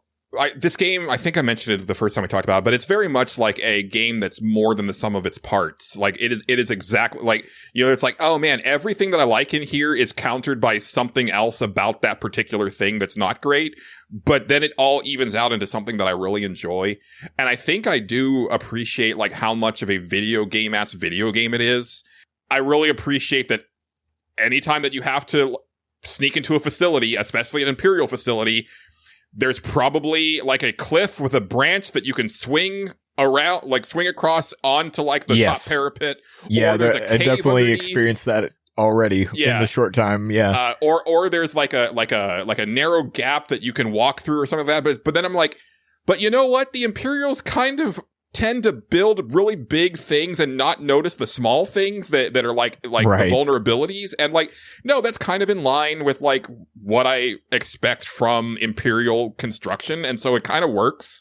But also it's like, if I sniff around here, I know I'm going to find like exactly, oh, there we go. There's my point of ingress. And I don't know, like little things like that. The other thing that I really appreciate, and this is a very dumb thing that is very much like a thing that I like that is actually bad, is the dialogue between guards, especially stormtroopers. It's like, oh man, like I got chewed out by like our commanding officer the other day, and then the reaction is like, like it's always something like that. It's like a very dismissive, like, I'm not really listening to you, but whatever. And it's always that way, and I'm like, you tried. Like I'm entertained by how like shallow this banter is, but I'm like, like it gets the job done well enough, I guess. And I don't maybe Westen, you can speak to this. So one of the things is that when I first pulled into Mos Eisley, like there was a dewback running around, and I'm like, I want to ride a motherfucking dewback. And like that was what I realized, like, like mission design wise, like, and we kind of alluded to it earlier, they are kind of samey, right? It's like you're going to sneak in for the first part, you're going to do some stuff, you're going to find something, and then you're going to blast your way out. And I'm kind of wanting more like bespoke, like one-off, like mechanic things where it's like, well, now you're, you know, in this vehicle, or you're doing this thing, or whatnot. I don't know, like, I haven't really felt that I've seen that yet. Should I not expect that, Westen? Like, is it pretty much what I've seen so far? Yeah, I wouldn't expect tons of that. I mean, there's area. I guess it's more side missions where it like really leans on some of those like Uncharted platforming mechanics. Mm-hmm. You know, where you're just kind of climbing around. And I've had a few missions, and it's, you know, thinking back on the game, it's like sometimes I just can't even like tell the difference between some of the main and the side missions. Yeah, that's a good and a bad thing, I guess. Yeah, yeah. But yeah, there are missions where you're just platforming. For quite a while, and you said the side missions where you can just do stealth. So yeah, but yeah, it's not. There's not really. I mean, and then they do integrate the space combat, which is actually. I mean, I liked it more than Starfield. Yeah, it's real solid, especially as you start to upgrade the ship. It starts to feel better, and that's kind of what makes the game. Like, that's what makes the elements of the game not bad, even though they're not all great. Is it? You know, I mean, you spend time in stealth, like not the best, but you're in there, and it's probably the strongest element of the game, and it's what you spend the most time on. Then you spend time in combat, but you don't spend that much time in combat, even though it's not that good. The Uncharted platforming stuff's okay, but you know, it mixes it up, and then the space combat's actually pretty good. So it just. It throws enough different things at you, but yeah, there's. I feel like nothing gets too like overdone, but okay. There's no like. You're not going to be like heisting an ATST and then using that to like blow away like some probably Imperials or not. anything. No, and it's like, you know, there's not tons of great like set piece moments or anything like that. But, okay, I mean, a couple okay ones, but. It actually reminds me, and I actually didn't play it, but I just remember from the reviews, it reminds me of the original Assassin's Creed in the sense that it's like a really excellent framework, but the overall, like every point of it is kind of mid, but you're like, oh, but there's like so much potential here moving forward. And then I already know it's like, I want a sequel and I want it because I think they can go like, now that everything's kind of established, like you can really like flesh out a sequel in like a really big way. Unfortunately, the game's not selling all that great for the reasons that you can imagine, which is just so annoying. But I'm really digging it. And I was like, man, because one thing is like, okay, it's really cool that like there's no lightsabers and stuff like that, right? But at the same time, it's like I kind of want to have to fight somebody that uses a lightsaber as K. Like I think that'd be really fun. Like that, and I was like, it'd be kind of neat if like Cal Kestis from the EA like Jedi games shows up, because he should still be running around, I think, in this period of time. Because on one hand, yes, the games are being made by different companies, but they're also, once you're in the Star Wars universe under the Disney umbrella, you're in the universe, right? So like, I think that he should be on the table, regardless of which game dev actually like came up with him, but I could be wrong. I don't know. I'd mark out. No idea on that. Yeah, I would too. Like, I think that this game actually had me kind of wanting to go back and play those games. Where I was like, when they came out, I was like, I don't care. I was with you though. I that was like one of the big things I said in my review. Is like, I'm pumped for a Star Wars Outlaws too. Like, yeah. And I'll say this about the sales. Like, I mean, a part of it, I'm really stunned that Ubisoft does this Ubisoft Plus thing, like Game Pass, when they don't have, you know, the Game Pass live. Like, I don't really ever unsubscribe to Game Pass. Like, right. I mean, there's probably the occasional month where I don't play something, but for the most part, I play something on Game Pass almost every month. Like, I'm not going to use Ubisoft Plus every month. And look, I subscribed to Ubisoft Plus for $17. I played Star Wars Outlaws. I beat it. I unsubscribed. Like, it probably didn't help their sales. Right. I described how hard it was for me to just buy it on the Epic Store. Like it was just like even you buy it on there, it's not on Steam either. So you got to go to the Epic Store. That's so weird. You got to go to the Epic Store, and then when you get it on the Epic Store, it doesn't even really show up in your library. It kind of does, but kind of doesn't. It's just like, no, now you have to download the Ubisoft launcher to play this. It's like, what the fuck, man? Like, why do I have to have all of this shit? So now I have 2 different launchers that I didn't have previously to just to play this one game. And it's like, okay, well, it's kind of a pain in the ass, but for sure, it is what it is. Not saying that was a deal breaker for people that didn't buy it, but it almost made me not buy it. Like I was almost like, you know what? Fuck you. Like this is too much of a fucking hassle for me. But then I bought it anyway. No, I get it. Yeah. We should probably move on to what Weston's got. But before that,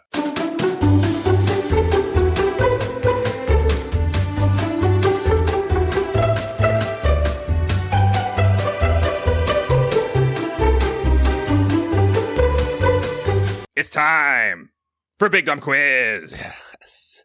Hi there. It's I'm the bit Spence I actually Sterling, like. and we're here for Big Dumb Quiz tonight. We have Westen, a game reviewer from Middleton, Oklahoma. And we have Justin, Yeah. an unenthused game developer from Los Angeles, California. Welcome to the show. Neither of those things. I'm none of those things. Fuck you, That's it's great. Big Dumb Quiz. Why First are you always question so hostile? Okay, It's for great. Weston. Oh, good. Weston, Unfortunately. this Sony mascot has seen big success with a recent game. Who is it? Crash Bandicoot. Judges. I'm sorry, that's incorrect. What? Can I steal? Fuck you, it's Big Dumb Quiz. I know the answer.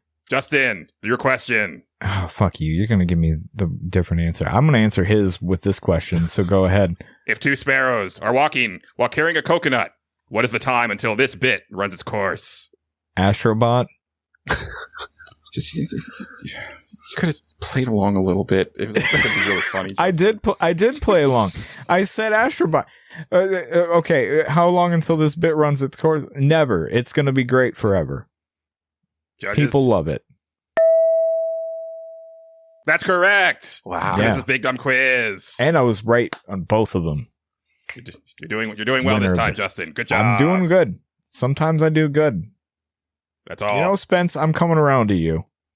That's right. Everybody loves Spence Sterling. They do. This has They been do. Big Dumb Quiz. I'm getting there. I'm coming Good night. around.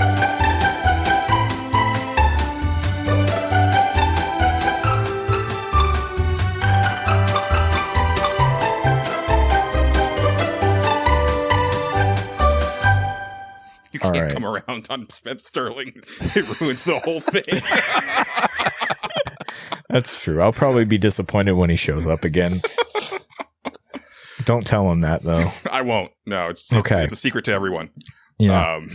Well, Weston, what else have you been up to? That you want to? We should mention. No. No. You're good. I was actually just going to ask, Weston, do you need a break of any kind? Yeah, I 'Cause was gonna say right then. Okay, no, it's a good time. yes. I'm up to taking a piss and grab another beer. No worries. I'm paying attention for you, man. Thanks, man. Thanks, All man. right. I should let's take a short break. or take a pee. So I will go do that. Yeah, let's all take a short break Oh, this is here. great.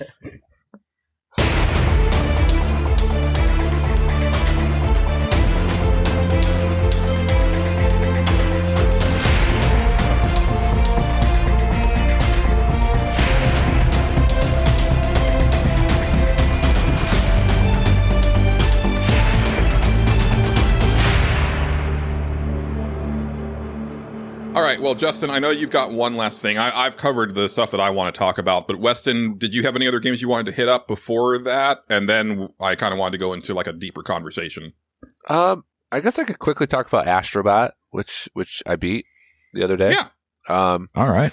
You covered it pretty well overall, Julian. I had one positive that I don't think you brought up as much last week that I wanted to talk about, and one negative, which is why the game does not get a 10 from me. It's probably going to be a 9.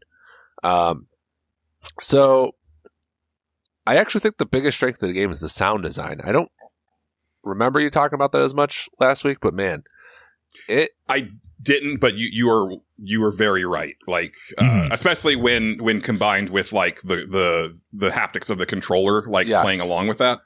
Like the amount of random sound effects, I compared it to just like popping bubble wrap, like in packaging. Like it's just so satisfying. There's just everything just feels, and I think the controller, like you said, is a big part of that. Like, there's one skill where you like become a metal ball and you can roll on spikes, and like just the spikes, like just is the most satisfying sounding. Like you kind of feel it in the controller too. It's just such a cool, like you just feel that, and it's just like I'm just hitting stuff just to see what it sounds like. So many cool sounds, and it really makes it just sad. It's just like that extra little thing that I think that gives it a lot of its charm and personality, especially when combined with the DualSense. So, Game Awards, I feel like that's the sound design winner, and I don't think it's close. Like, so that's the positive. The one negative I had, and I agree with you to an extent on the challenge. I think it's a tough balance when you're making a game for kids too, and it's like, and so I appreciated that they threw in those challenge levels. So it's like you can play the main missions, but if you want your difficulty fix, there's these challenge levels. Like outside of a couple, they're not the hardest in the world, but they're there's a small amount of sweat there too. But the thing, a quick story, if that's okay. Okay. So, absolutely. So when I was a teen, I loved David Copperfield, the magician. I don't know if you're familiar with him. Yeah. I guess he's the most famous magician, so probably. And also he was with Claudia Schiffer, like back in the Swing days. So listen, I don't know if he's the most famous magician. Okay, I mean Chris Angel is right there. All right, don't say that in front of him. All right. So we had this VHS as a kid, and I watched it several times. Like I loved it. Like I thought his shows were awesome. So when he came to Detroit, my parents, of course, were like, oh, we got to go see David Copperfield. So we went. It was amazing. Like, it was an amazing show. Like, it was magic, man. Like, it's just the storytelling, the tricks, like, everything was so good, Just, it's a pretty cool production. So, of course, I had such a good time. And we went back the next year. And I remember I was all excited. And then I get there. And I still had a great time. But, like, the tricks were all the same, pretty much. Like, the show didn't shift. And especially as I get into the second part of Astro Bot, I started to just get disappointed with how often the mechanics are reused, which is fine, but then they're just not evolved on at all. Like the same trick, like, there's a skill where you just boost up. That's the whole skill. You just boost up. And it's like every single time there's that snake and you grab them and then you boost up to pull them out of the thing. Like I just kept expecting for them to expand on some of these mechanics that they had, and they just never really do. Yeah, I think that's where difficulty ties into it for me, where like I always liked seeing like the power-ups come back. Like I enjoyed all of them. Some of them more than others. But like you said, like there wasn't anything really new to do with them or anything more challenging when they would show back up. Yeah. And my favorite power-up is only used in one level for reasons, but like I really would have liked another level like that, because I was like, holy shit, this is one of the coolest things I've seen in a platformer, but you only get it the one time, and then it's gone. Are we not giving it away? Because I think I might know what you're talking about. I don't want to give it away. Okay. In my review, I just mentioned the level's name, which is Downside Surprise. Okay. I didn't pay attention to any of the level names, which was a mistake on my part for sure. It's just one of those. There's mice involved. That's okay. Yeah. But there's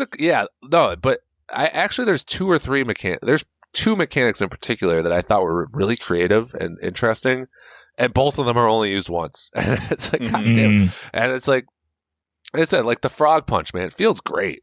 Like it's such a cool mechanic and it feels good, but then like you just do the same thing every time. It's crazy.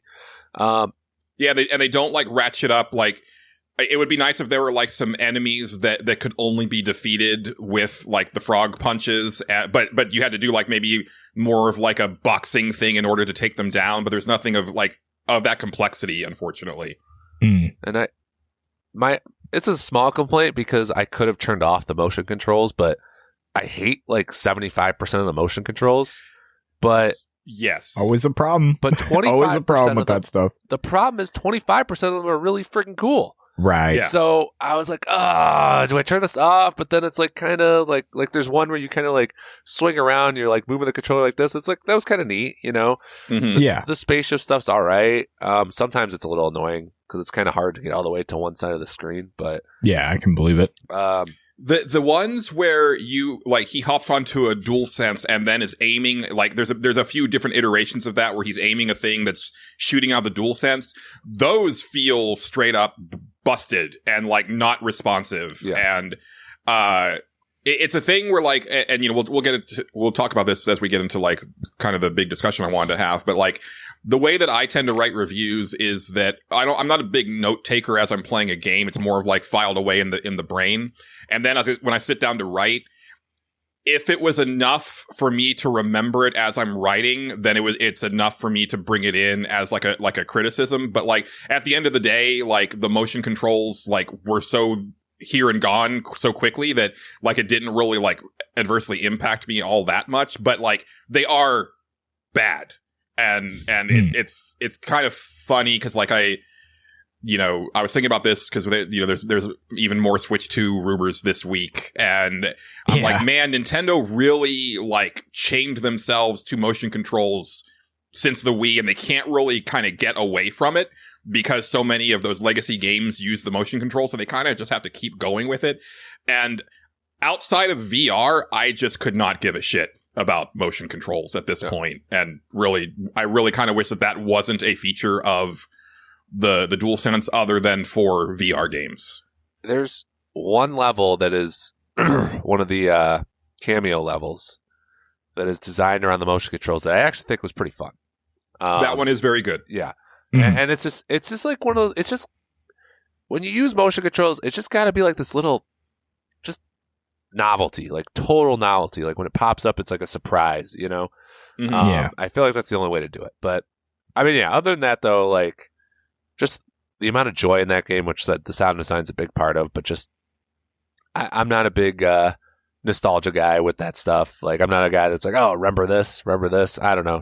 Doesn't fire me up. So the robots don't fire me up in that way, but, there's just a lot of joy in that game, and the level design is really creative, and the controls are responsive, and there's just a lot of creative stuff in there. So it's still a tremendous game. I'm just not on the game of the year train like it seems like almost everybody else is. So I feel like I'm down on it, even though I'm going to give it a 9. Like I loved it. I'm just like, right. It's just one of those bizarre things.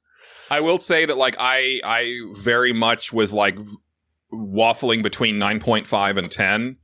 And I think ultimately what it was is that I was never not having fun, like for the entire, like, so I ended up clocking 17 hours total.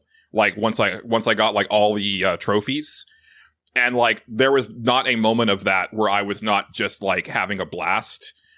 And that, I was like, and the only other game that's made me feel that way all year has been Unicorn Overlord, where like every moment of Unicorn Overlord I was just like having so much fun.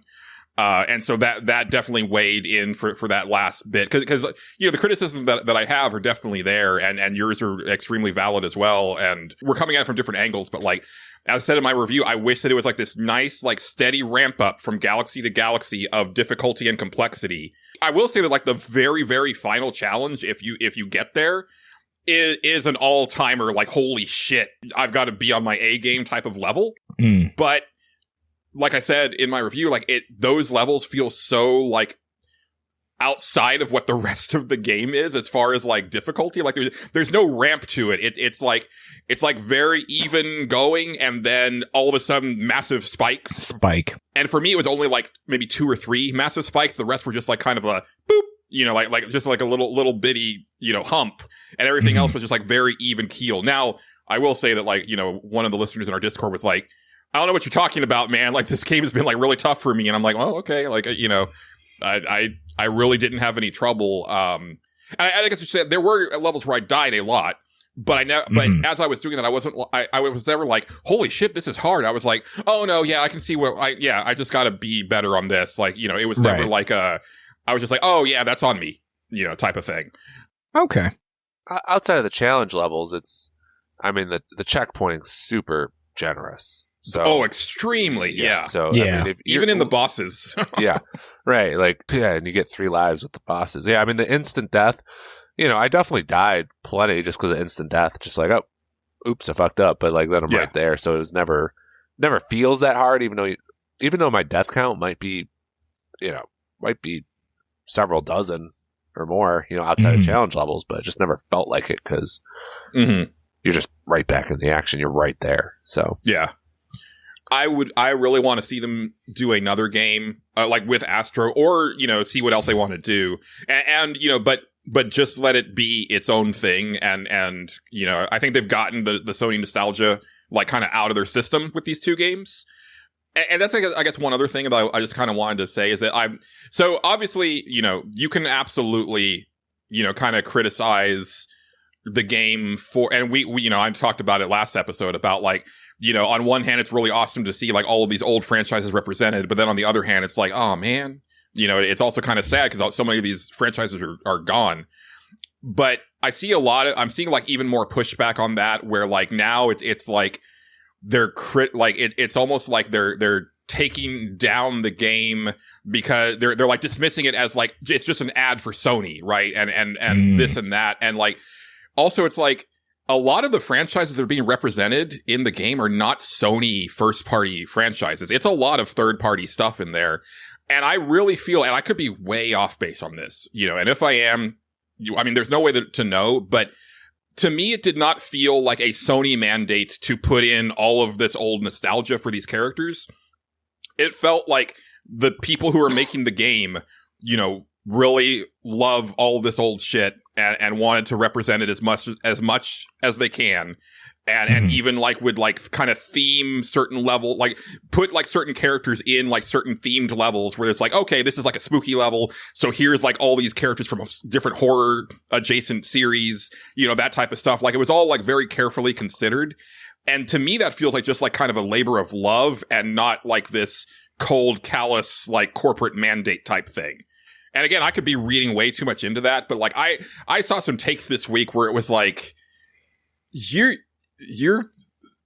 no, like it like you can rightly like criticize like what Sony has done over the last like 10 years or so to minimize like, you know, this type of game development and stuff like that. But I don't think that you can really lay all of that at Team Asobi, because it really feels to me like they made the best game they possibly could, and they put as much love of, you know, games from Sony platforms of the past, like into it. And I don't know. I'm on this weird thing where it's like you can, because I think all of this stuff about games, both praising and criticizing, like I think for us especially, the caveat is always, well, the corporate side of it sucks ass, right? Like that's just a given. Like just you can put that on the chalkboard and just leave it there and underline it like 3 times. But it's like I don't want to have to like bring it up like with every single game, because that gets old, right? Like right. I get exhausted with that, because it's like, very true. Of course, like that's always the case. But you know, I can't fix late stage capitalism. I just want to talk about how much I enjoyed this video game. Fair. Agreed. Yeah. Yeah.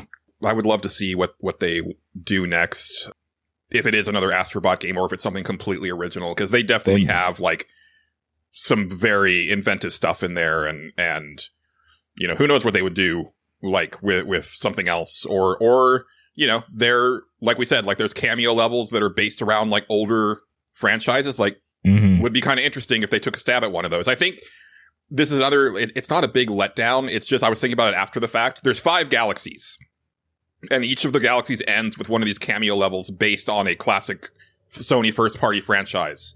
It would have been really cool if like each of the galaxies represented one of the consoles. So you had a PS1 game represented, then PS2, 3, 4, and 5. But it's not that way. It's a little bit more scattershot than that. And I was like, missed opportunity. But again, not a big deal. I really enjoyed like the cameo levels that were there. I got a feeling they'll probably come back around the launch of whatever the PlayStation 6 is. And with something to show that system off, probably, but I feel that like this game in particular shows that they can do more than that. Like, I'm not saying they couldn't. I'm just saying that's probably like I just see like. You're right. It's just I feel bad that they're constantly like just they're getting kind of pigeonholed as the tech demo developer, right? Yeah. Like PSVR, they had the big game, which I never actually played when I had the PSVR 1. And then it's not available to play on PSVR 2 yet. That they really should do something about that. Kind of weird, right? Yeah. And then obviously, Astro's Playroom was the tech demo for PS5. Yep. And then this is definitely a standalone game. And I think it stands on its own. And I think it's excellent. But, at the same time, it's like, as I was playing it, I was like, God damn, like this console is so cool. And and we haven't really seen like all the shit that it can do. And it's both exhilarating and frustrating. And, as I've said, many times in the past on this show, like this generation will always have a massive asterisk next to it for forevermore.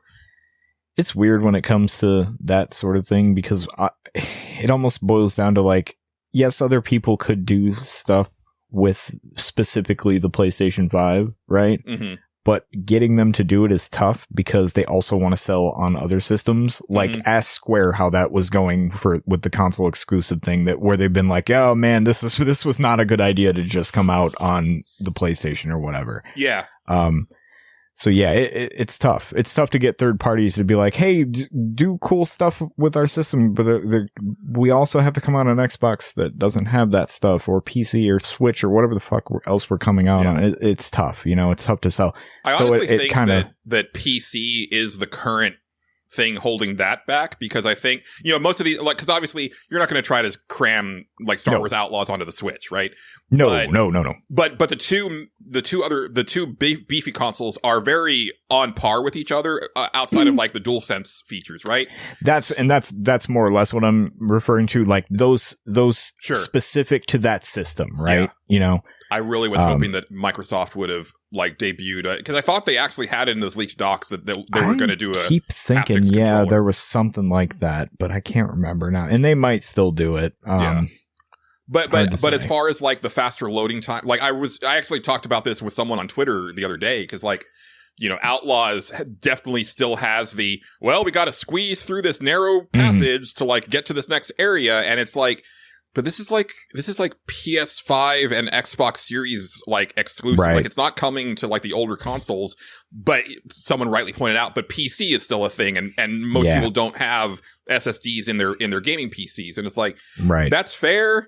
I'm hoping that like maybe in another couple of years, like people are developing with that in mind and be like, yo, if you don't have an SSD on your PC, like this just isn't going to run. Yeah, there's been a couple games where that's been the requirement. Yeah. So I think Starfield, that was like a big requirement you had to have or something like that. I can't remember. One of them had like a specific, like you need an SSD to play this or else it's not going to go well.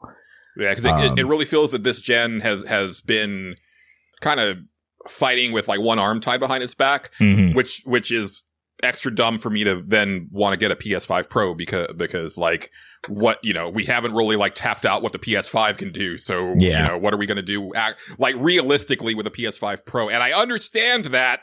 I know it's stupid, but look, I didn't say anything. Why are you yelling at me? Listeners. But look, I don't got no kids. It's true. It's fair. I don't got no girl. Like, it's just me over here. So, like, what else am I going to spend the money on? So, and really, video games. What I spend my money on is video games and food. Like that. That is literally like 90% of my non-bill expenditures. So. That's fair. Oh, hey, man. Oh, hey, Bruno. Hey, I'm done for the day. Okay. So I'm gonna go home. All right, man. Okay. So, a couple things. I turn a lot of the lights off.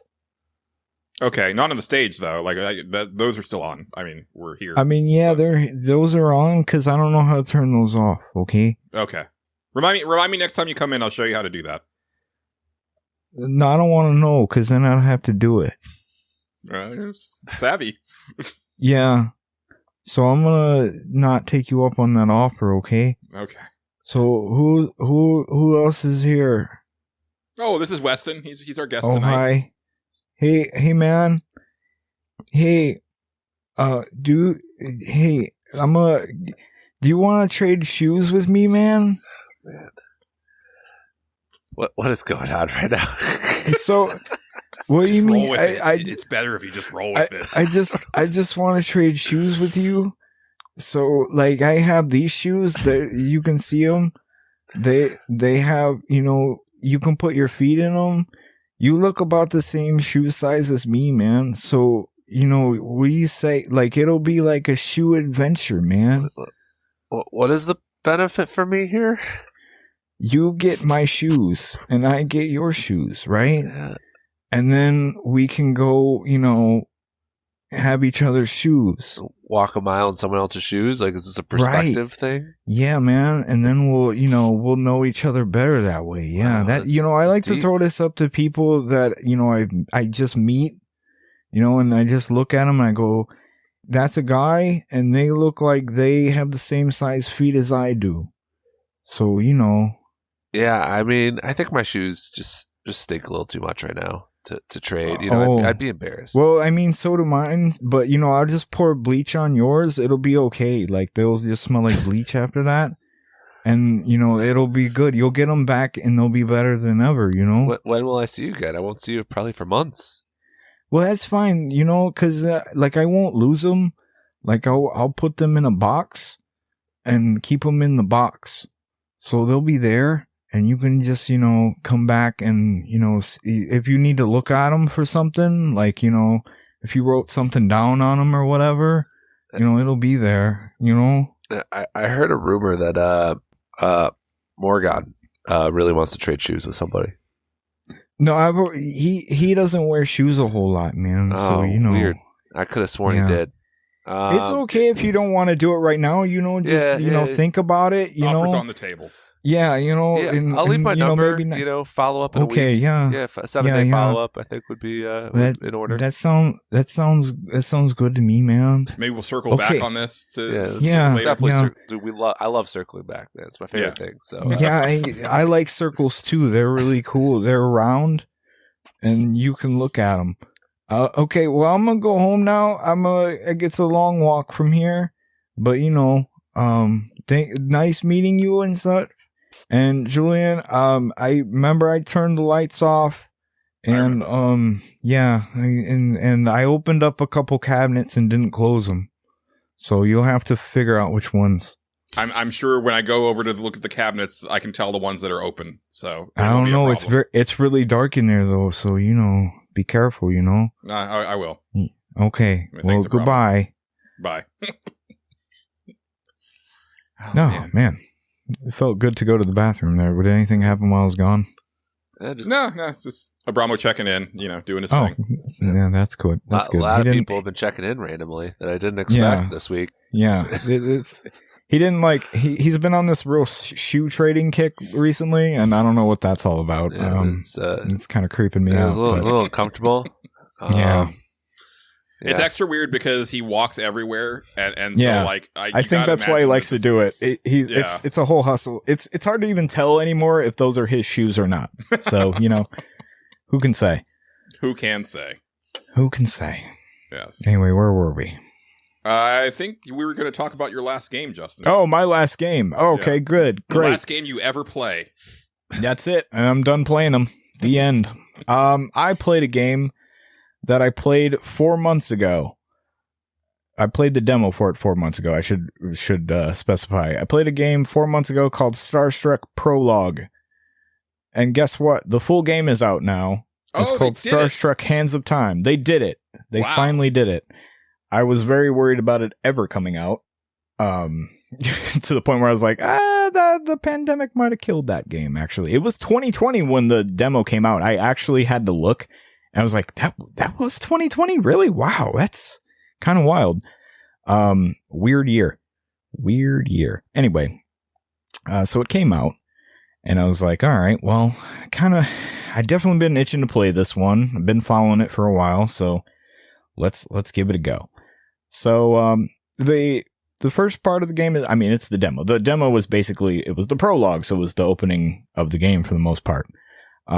I remembered liking it then. I was pretty high on it. I thought it had a lot of stuff going for it.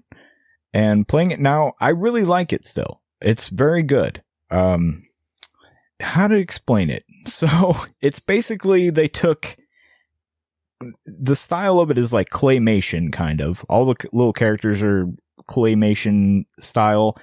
And then, like, they design a town around with, like, kind of like random toys and stuff like that. It's got a look to it. It's very interesting to look at. It's a rhythm game. It's a, walk around town, talk to people, solve little puzzles game. It has a Katamari-like element where you roam around the city as a giant hand and destroy the town to create a time paradox. Okay. So that you can save the planet from what is called the mold. And it's, I did mention it's a rhythm game, right? That's the big thing. Going back to it, I think my least favorite part of it, and it's kind of the main part of it, I guess, is the rhythm game itself. I don't think the rhythm game is all that great looking back on it now. I remember it being better, but that might have just been, when I played it, I was bored out of my mind. I was like, yeah, this is pretty cool. And they're still working on it. Going back to it now, I'm like, it's the same as it was before, I'm pretty sure, but like, just not quite as good. There was, I remember one of the things that seeing it at the time in the demo, was they were going to incorporate guitar controls. Like you could use like an old like Guitar Hero guitar to play the rhythm game parts. And I was like, that's really cool. I don't have one of those anymore, but that's a really cool thing to do. The thing about that is that they don't really mention is it doesn't really like play like Guitar Hero per se.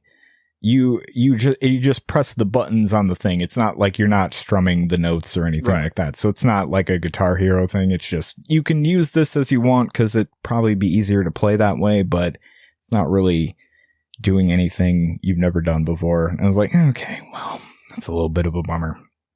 The music itself is pretty good though. Like for the most part, there's some tracks that are like absolute bangers. All the lyrics are not great, but they're fine. They get the job done, I guess. Me and lyrics, I don't vibe with them. So it's for the most part, it's kind of like a cutesy game, where you're just kind of, walking around town and doing stuff. And, you got a little, you're the player character is up in space and he's trying to save the world. And by, monitoring the main character, I guess. It's hard to explain. But when you play it, you get it. You're like, okay, the main character, the character I am, it came from the moon. The Earth was destroyed by this thing. We've now traveled back in time, and we got to watch the person that caused the world to be destroyed or whatever. And I was like, all right, we're going somewhere with this. How to explain what the hell happens after that is interesting. So that, like I said, it's basically really cutesy, kind of by the numbers. It's got a sense of humor about it that I do appreciate for the most part.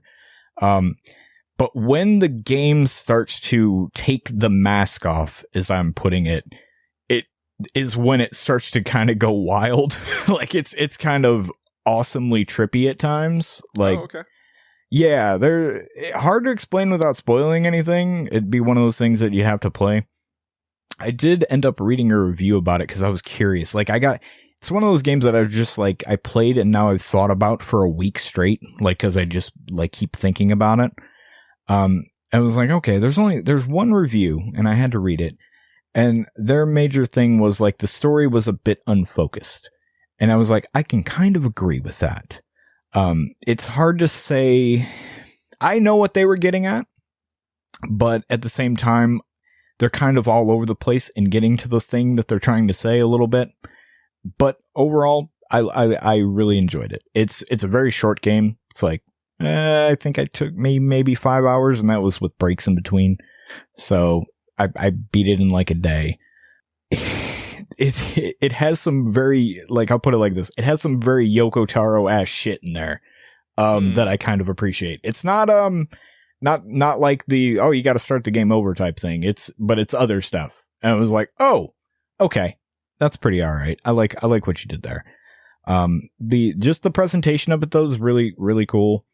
They have, the art on the main page is kind of like whatever, but like looking at the game, you have to kind of see the game in motion to know what it's like. But yeah, Starstruck Hands of Time. It's pretty cool. It's tough to explain without going into spoilers though. You kind of have to see it. The characters are pretty good. I like most of them. There's one girl who basically just walks around and pretends to be a really good girl, that does everything right when she's around adults, but then is a little shit when nobody else is around. It's kind of cool. And she plays the saxophone. Everybody has an instrument. It's cool. It's a cool little game. Like the rhythm game parts are kind of what they are. They're hard because the controls are weird. Like you have the bumpers are the two top notes, and then I think X and A are the other bottom notes, and they want you to do chords a lot. Eventually you get kind of used to it, but it's tough. Like and it gets confusing really fast, but you know, it is what it is. Is it Starstruck? Go ahead. Sorry. Is it time to ban these narrative games from attempting rhythm mini games? Like, you're just not allowed to do it. Like, yeah. Like, until then, it's rough with the rhythm. Well, yeah, I like rhythm action games when that's the focus of the game. But I will say I feel that, like, and I don't know if it's because of like our monitors now and our televisions, but like since like the 360 era, I feel that anytime that I play something that has rhythm elements, it always feels slightly off. But at the same time, it's been a long time since I played a game that was just a rhythm game, right? Yeah. Usually, like, so like Goodbye Volcano High, like I would not call it a rhythm game. It's like a visual novel that has rhythm game elements. Same thing with Until Then. Like there's rhythm. There's a couple of rhythm mini games in there, but that's not the focus of the game. This is sort of similar to that. Yeah, this is sort of similar to that. The rhythm game is there, and there's a lot of rhythm game stuff, but it's not like the entire focus. Most of it is like, hey, here's the weird fucking story that we have going on. Yeah. Like there's FMV shit in there. It's wild. It definitely goes. I just want another Guitar Hero and Bust a Groove. And heck, I'll take a sequel to Britney's Dance Beat. Like, yeah, you're probably more not songs. Gonna get that. Probably not going to get that. There's a screenshot on Steam of this game. It's the dialogue. The name of the person talking is Toilet User, and it says sometimes it feels good to just let go. Know what I mean? Yeah. And it's pretty deep, and it kind of plays into the bathroom breaks on the podcast thing we talked about. Yes, absolutely. Yeah, so I'm glad we've learned how valuable it could be to let go. There's a part where you meet a frog, and you need to help them out, and they do a version, kind of their own frog version of What a Wonderful World. And it's kind of, that entertained me. It has, like I said, it has its sense of humor about it, to be sure. Some of the music is changed now from the demo. There was one song specifically that I definitely remember having lyrics that doesn't have that anymore.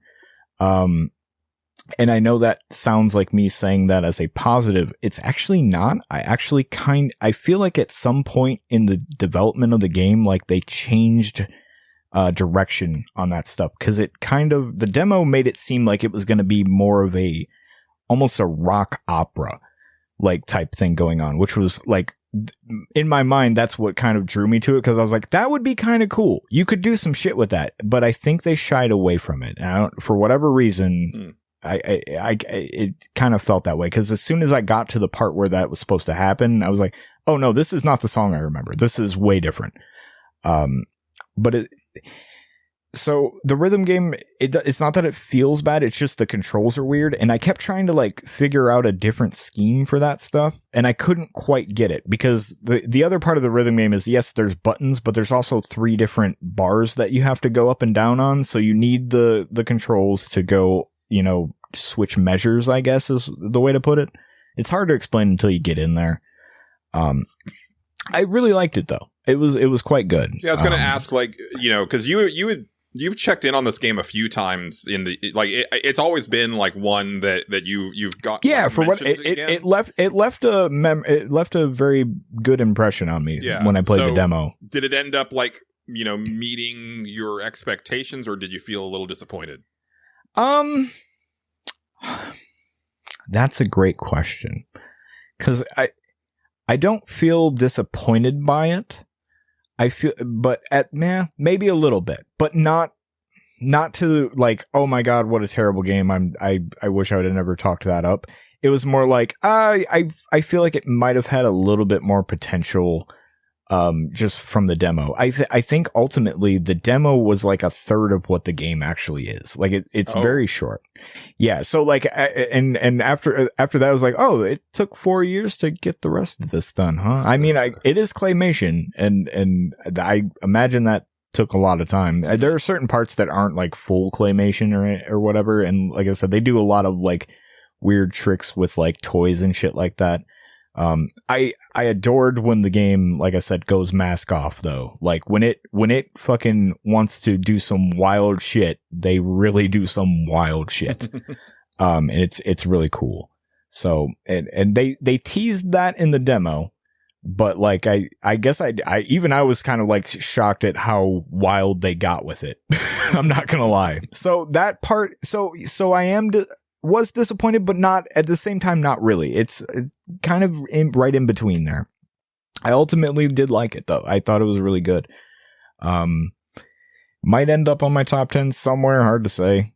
Don't really know for sure how it's all going to shake up, but it's I'll put it like this. I played it and then I thought about it for like a week straight. So yeah. Yeah, it's always a good sign. Yeah, for sure. Yeah. Well, I did want... So we have Westen here. Uh-huh. Westen, you do Big Nerd Gaming, which is a blog that you run. But a big part of that is that you write reviews, which we've kind of alluded to in the course of this show tonight. And I had been wanting to talk to you about this. Like, we were going to have you on like a while ago, and it just didn't work out. And since then, like, I've started writing reviews for like our Patreon, and then also turning those into video reviews for our YouTube page.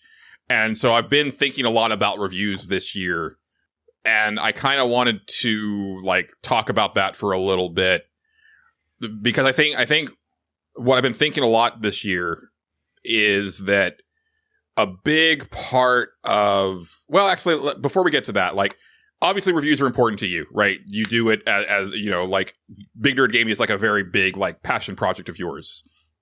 But what are your overall feelings on reviews? Like, especially like as you were younger and like, even now, like, is it just kind of a thing that you feel that you need to do because you're running a blog, or is it something that you feel like really strongly about as far as like producing review content? Oh, man, it's weird. I feel like reviews are my least favorite thing to write. That's probably the thing I write the most of. Because it's just like my favorite thing I write. My favorite things to do is to rank shit. So that's number one. I like ranking That's stuff. fair. Like, it is fun. Like UFO 50, like as I play every game, I am keeping a notepad document and ranking them all. So yeah, I'm probably going to be ranking all 50. You know what? That's how you review it. Yeah. Right. Like you just put up the top 50. Like, cause it's like, I don't know, it's a 9. Like, there's going to be a game you like, so it's a 9. Like, I don't know. But then do the rank list with it too. Yeah. Right. And there's a lot of games. It's like, I only played 20 minutes. It's probably, I don't know, but yeah, reviews are, they're it's just, it requires a lot of detail. Like like I like to be as concise as possible. Like your reviews are relatively concise so far too, Julian. Like, I'm like you, like I read some of these professional reviews. I'm like, oh my God, if I had to write that, like I'd hate myself. Like, it's just, not that it's badly written. It's just like, a pain in the ass. Like, I don't want to explain every mechanic, you know? Yeah, I've gotten away from because I used definitely when I was I've been writing reviews since I was in high school because I used to do a fanzine.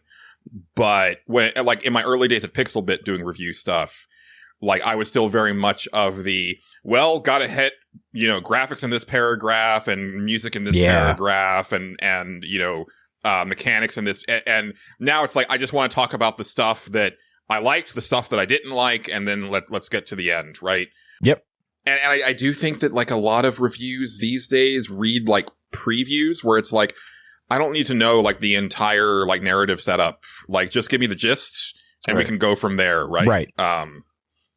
But yeah, reviews have changed a lot in the last 10 years.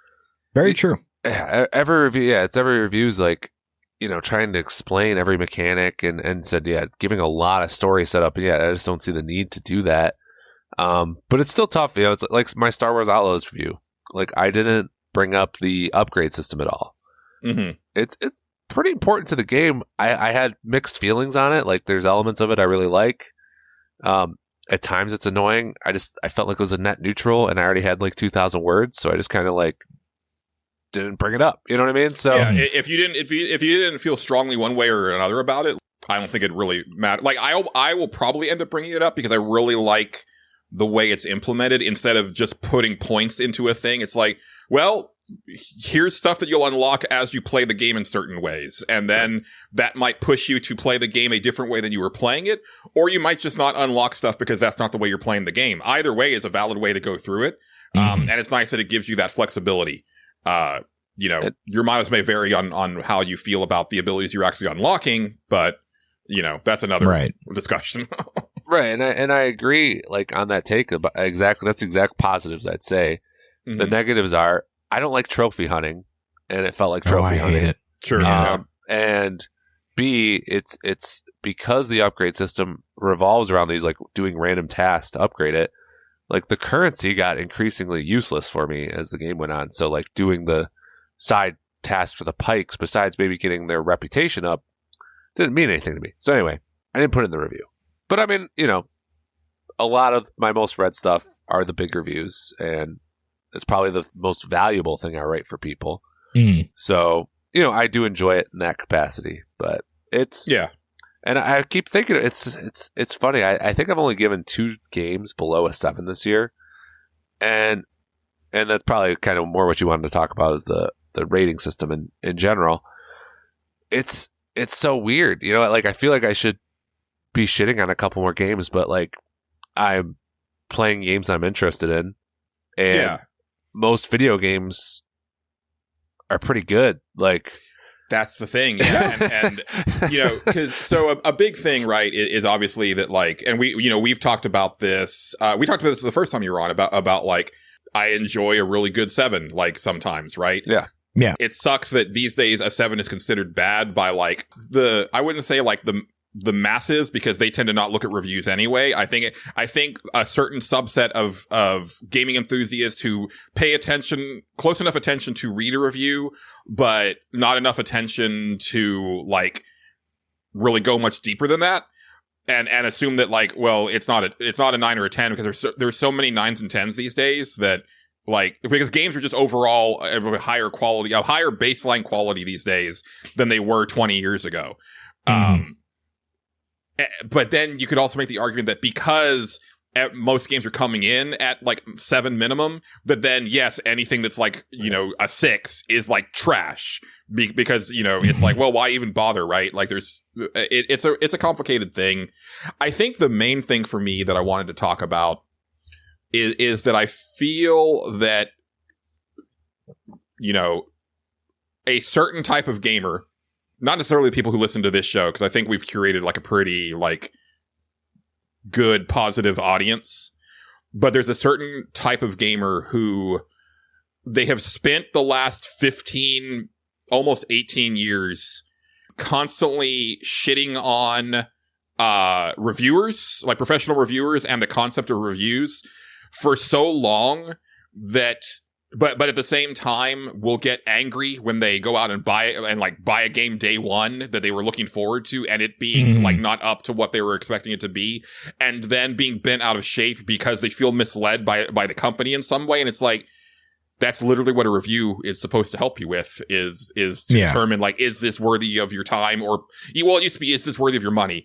More often these days, is this worthy of your time? Especially with, like, more free-to-play games or online games and stuff like that. You know, it's like this weird, like, catch-22 situation, I think. Well, my big hot take is that game reviewers overall, like, of course, there's elements where there's been a few elements even this year where I'm like, oh man, I don't understand why reviewers were lower or higher on this. Like, I feel like they were wrong. But overall, I think game reviewers do a pretty good job. Like, when you don't have, like, weird politics or review bombing shit going on, and you look at, like, a Metacritic, and you look at the user score versus the critic score, most of the time it's pretty in line. Yeah. Now go look at that for a movie or a TV show. There's some wildly different ones for that, much more so. And I think the thing about games is there's so many elements to a game that if it can really hit on just one, it's like, even like music. Like, if a TV show has fucking killer music, like, whatever, I mean, that's cool, but it's not the biggest deal. But if the video game you're playing has, like, amazing music, that can single-handedly, like, make that game a 7 sometimes. Like, like, I don't know, Nier. Like, I mean, Nier has, like, the original Nier. I'm talking, you know, that was kind of a mediocre game in a lot of ways, but the story and the music were fucking killer. So, like, I liked the game, even though it was, you know, there was issues with it. Like, gameplay versus story, like Star Wars, you know, it's like a lot of weak parts, but there's enough strong parts. Like, the good stuff tends to come to the forefront. So most games are pretty good to some extent, but and that makes reviewing it tricky. But then, and yeah, like you said, Julian, it just, like, raises people's standards, like, to a ridiculous degree. But yeah, I mean, people just scapegoat game reviewers for reasons that I don't even understand. Like, I really don't. It's they mostly get mad when they bash a game that they like, but half the time a bashing is just them giving it a score in the mid-7s or a 7.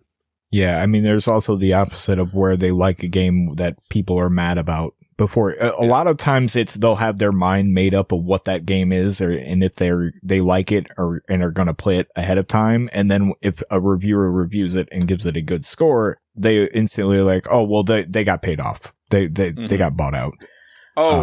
So that Star Wars Outlaws video that I put up on our YouTube channel with us just talking about it. I saw the comments.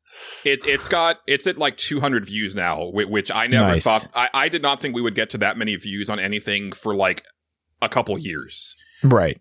So there's tons of comments of people just, like, shitting on it. Like I said last time, like, you know, the like to dislike ratio is insanely low, right? But I drilled down a little deeper, and the average watch time for that video is like a minute long, which means that all they heard was, like, they got to where I say I love it, and then they turned it off. And it's like, so you didn't even, like, take the time to figure out why, because they don't care. And so that made me feel a little bit better about, like, how negative it's being perceived, because, like, well, you don't care about, like, hearing why someone might actually enjoy this game anyway. That's the we hate Ubisoft crowd, no matter what they do. And now some of that's warranted. Ubisoft is not, you know, they're a massive company, and there's parts of it that are, you know, fucking garbage. They made a lot of samey shit for a little while there, and you know, it's right. They're right to be criticized, but at the same time, sometimes they do okay. There's different people working on these games. Like, it's different teams and stuff like that, and there's different elements involved. You have to take each one at its own terms. You know, you can't just. It's tough, you know. Well, I'm going to go out on a limb and say that the people who are commenting on that video are probably angry about the game for different reasons that you can, you know, figure out. And actually, that goes along with what I was going to say, because, like, so I remember, like, when Gamergate was going down, like, I was doing Nerds Without Pants at the time, and I remember being very, like, confused about it, because, you know, the initial thing was, like, you know, you had this segment of gamers, like, you know, like, fighting for, like, ethics and games journalism, right? Oh, God, yeah. But on the other side, you had games journalists who were lashing out like in a big way against the overall audience. But I understood why that was happening because like I would listen to like podcasts that were largely done by games journalists where they would talk about like all the shit that they would get for a review, right? Like I remember Anthony Gallegos on Rebel FM getting like a death threat because he gave Uncharted 2 a 4.5 out of 5, or sorry, it was like 9.5 out of 10. And you know, people were coming at him with pitchforks because it was a Sony exclusive and he didn't give it like a perfect score. Right. And it's like, yeah, so there was definitely like an element of like, oh, like we've had enough, like we're going to fight back now. And so for me, as someone who is a gaming enthusiast who also, you know, spent a long time like following games journalists and like really enjoying my magazines and writing stuff on my own as far back as when I was 16, you know, it was like a weird place to be in. And, you know, you move that forward, you know, we're now at like what? That was like 12 years ago. And it's just gotten worse and worse and worse. And I love the comments like, what did they pay you for this? Yeah. Like I had one on the app Threads. I posted a Star Wars Outlaws thing that went actually kind of viral. And I had all these people like, how much did Ubi pay you to say this? I got the same thing you guys got in the YouTube thing. Mm-hmm. Yep. So I said, my bank account went from Ubi soft to Ubi hard. Love those Ubi bucks. Yep. That's a good one. That's good. I was pretty pumped about that one. But yeah it's and you hate fun, Westen. yeah, Come on now. Dude, look at me. I'm growing to love it. You guys are making me love fun. See? It's amazing. We're doing great. Yeah. I mean, it's tough, man. And that's why, like, you know, you've talked about, I know it's a big take here is that, like, we need to go to the old EGM, like, 5 is average scale. I think, like, reviewers are already dealing with, like, abuse for giving out, like, a 7 or an 8. So, like, how the hell are they supposed to give a 5 or 6? I mean, some reviewers have just stopped doing the score. Right. Well, there's that. And again, going back to, like, the overall quality, right? Like, how, like, I was thinking about, so, you know, the games that I have reviewed for our Patreon page so far and our YouTube page, I've reviewed, and Until Then, which I gave an 8. This Bed We Made, which I gave an 8. And Astro Bot, which I gave a 10. And I was like, oh man, like I need to review something that's not like in that range. But I was like, the only thing that I've played this year that I've played all the way through that I feel would be a lower score than that would be Harold Halibut. Yeah.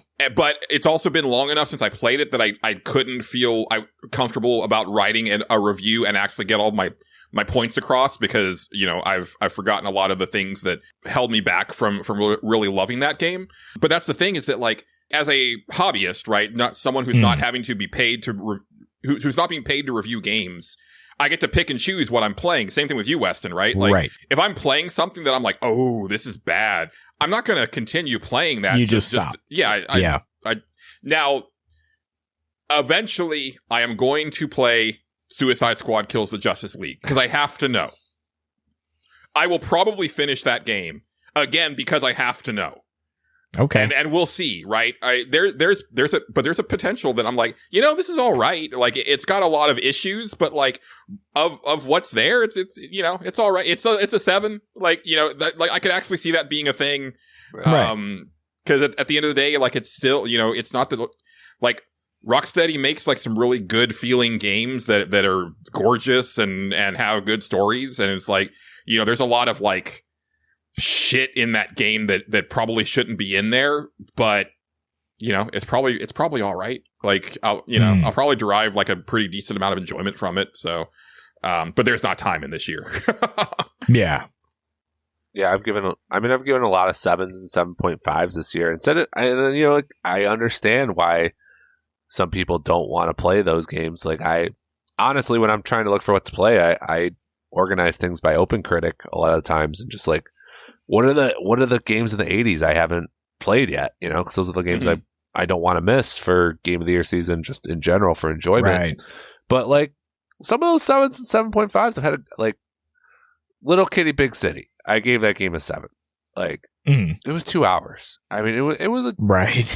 and I remember I played it right after I finished Hellblade, and Hellblade's pretty heavy, you know. So Yeah. like, and it was just intense. It was just a lot. Like I remember the credits roll. I was like, whoa, like that was intense. And I played fucking Little Kitty Big City. Like it was a great 2-hour palate cleanser. Like I gave it a 7. Well worth playing, especially on Game Pass. Like, Yeah. But I mean, there's just a level of nuance that just, I think, just fanboys and console war shit, and it just makes it hard for people to wrap their head around that 7's a good game. But it said, and that's why. And like sometimes I wish I did. Like I have a blog, right? I could do the 5 as average scale if I really want to. Like it's not like I have some corporate overlord overlooking at me. My audience isn't so huge where I'd get a bunch of hate, but right. But also, like, I don't know, like giving Little Kitty Big City a like 5, I don't know, just feels weird. You know, like you still can't help but think about your school grade system and all that, and be like, but like, you know, I had a good time with it. I'm going to give a game I had a good time with a 5. Like it's a very difficult situation. And I think we're all kind of just stuck reviewing on the current scale. You just said something that I've honestly never thought about. That how much does school grading affect your brain when it comes to that stuff? I think it's massive. I think right. I mean, there's a I've never thought of it that way, but yeah. So EGM would always have like their rubric every month for their reviews, and they would put in big all caps, a 5 is average, because like you see a 5 and you think 50 and you think F. And it's like, no, it's average, you know. And, and I think on their scale, then 4 was like, I think poor, 3 was bad, and then I think it got down to like unplayable or something like that. Or I think it might have been broken, actually. Right. And yeah, I mean, and that's kind of what that's how I've always looked at like the 10-point scale. Like, I'm such a huge EGM mark that's always what it's like 1 to 10 with 0.5s in the middle, right? Right.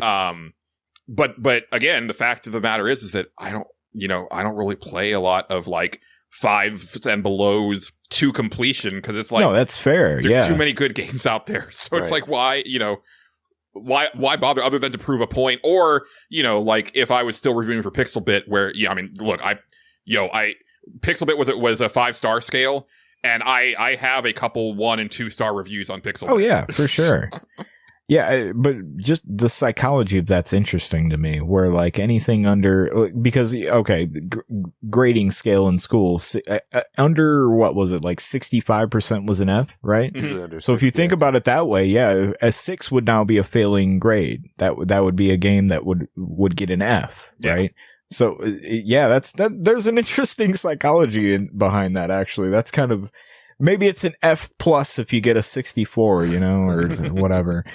I've never thought of it that way, but that's kind of fascinating. I wonder how much that would be a survey in the making right there.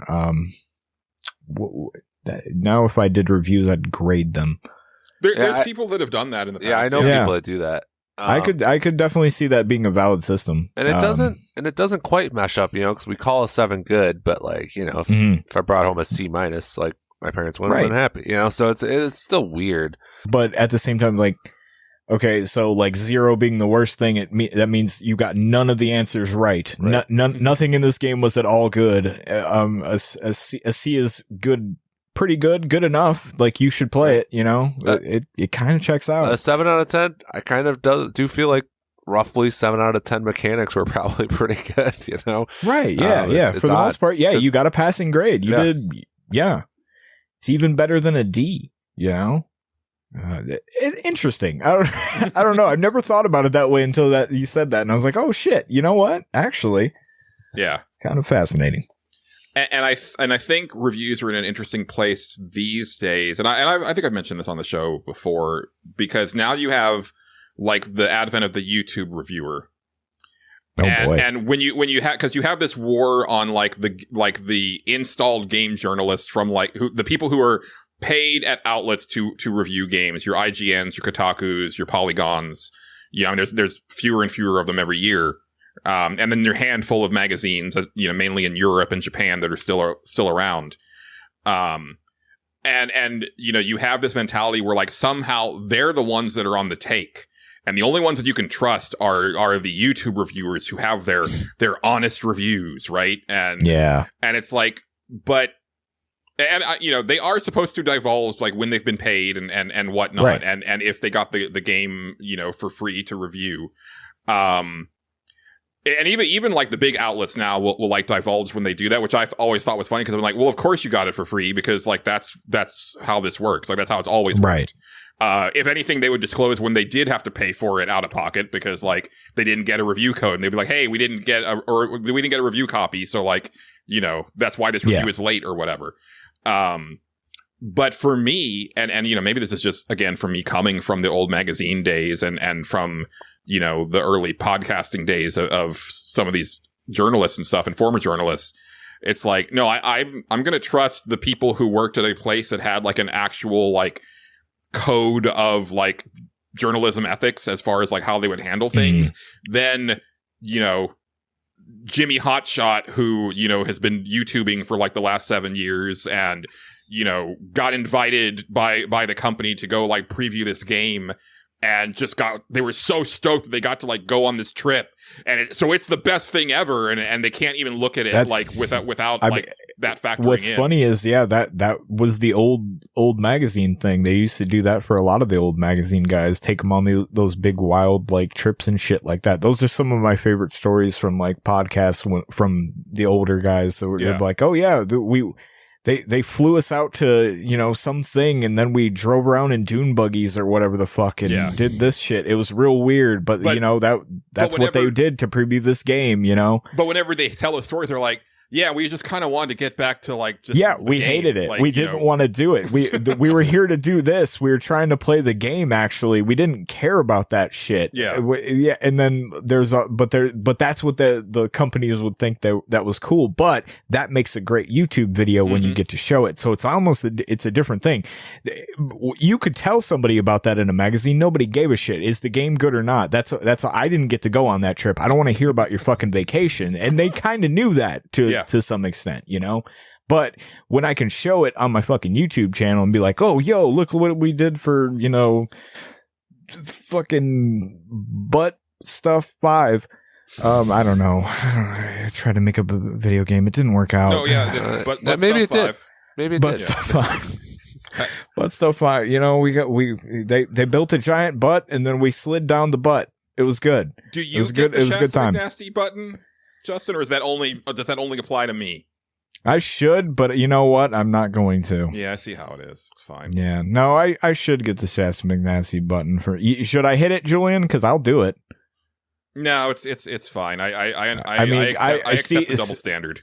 Okay, all right, that's fair. In conclusion, you can only trust indie bloggers and indie podcasters. That's right.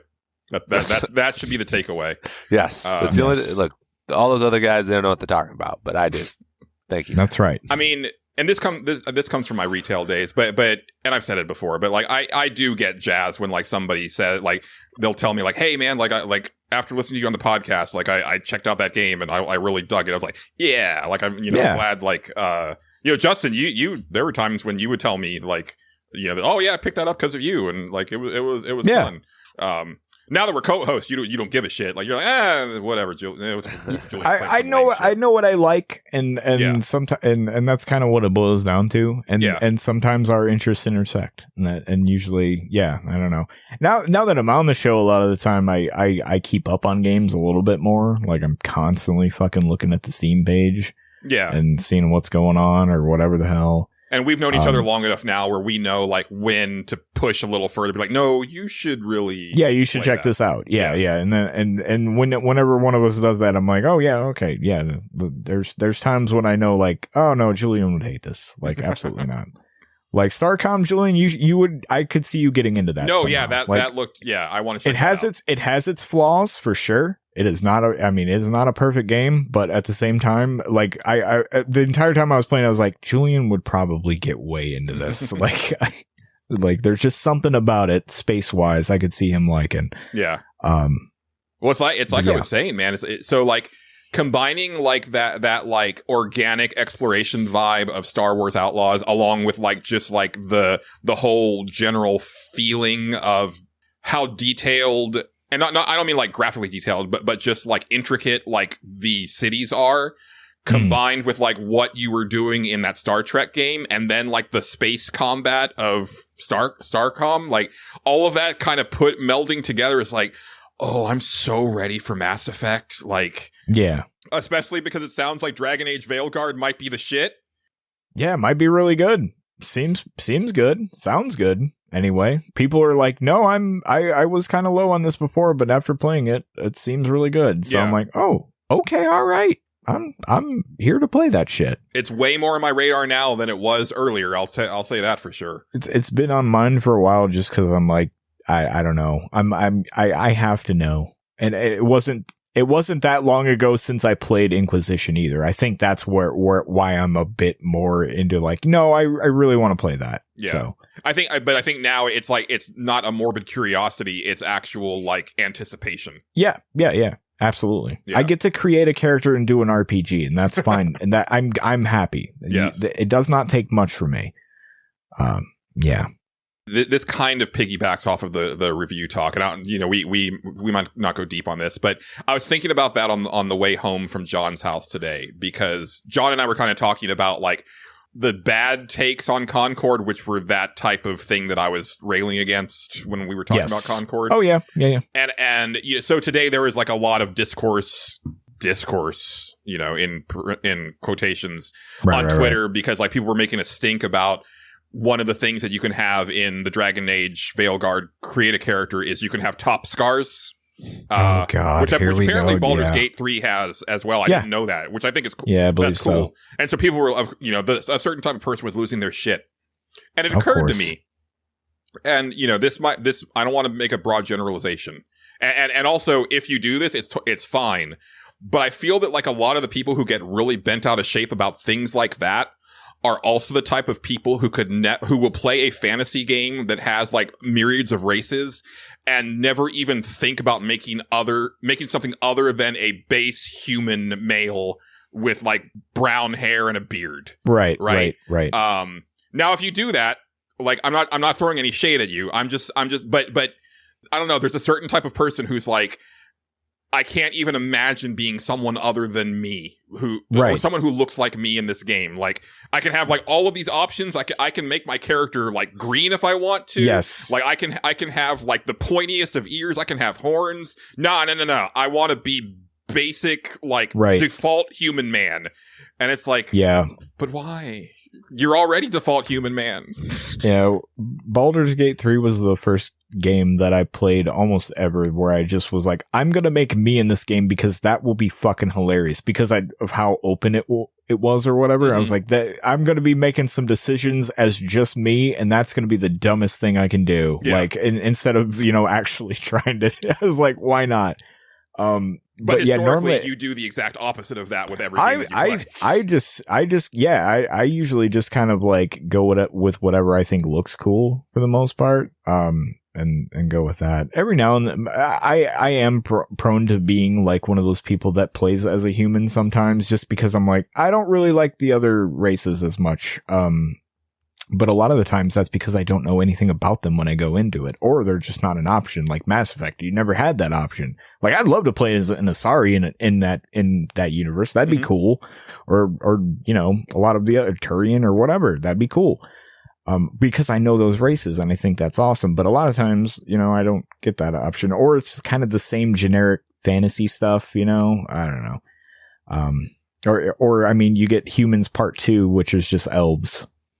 Yes. That's the other fantasy race. Yeah. Humans with their ears are different though. And they live a lot longer. Okay. Cool. Yeah. Yeah, video games. I feel like humans usually have the best persuasion. I always just do human, but I'm not a character creator. That's another thing. That's another thing. Yeah, a lot. Sometimes I like whatever race has like the talky bit, and and for whatever reason, a lot of the times it is the human one. And it sometimes it's stat based. Sometimes it simply comes down to that. Like, these are the stats that I feel like would be fun to play as. And that a lot of your more weirdo races are like talking about mechanics that you're not even familiar with yet, and it's a whole thing. character creation's hard sometimes. There's also the Pathfinder universe where I looked at it for about 45 minutes and was like, I have no idea what the fuck's going on, and I returned the game. So it could be worse, but yeah. Yeah. Anyway, again, video games. Video games.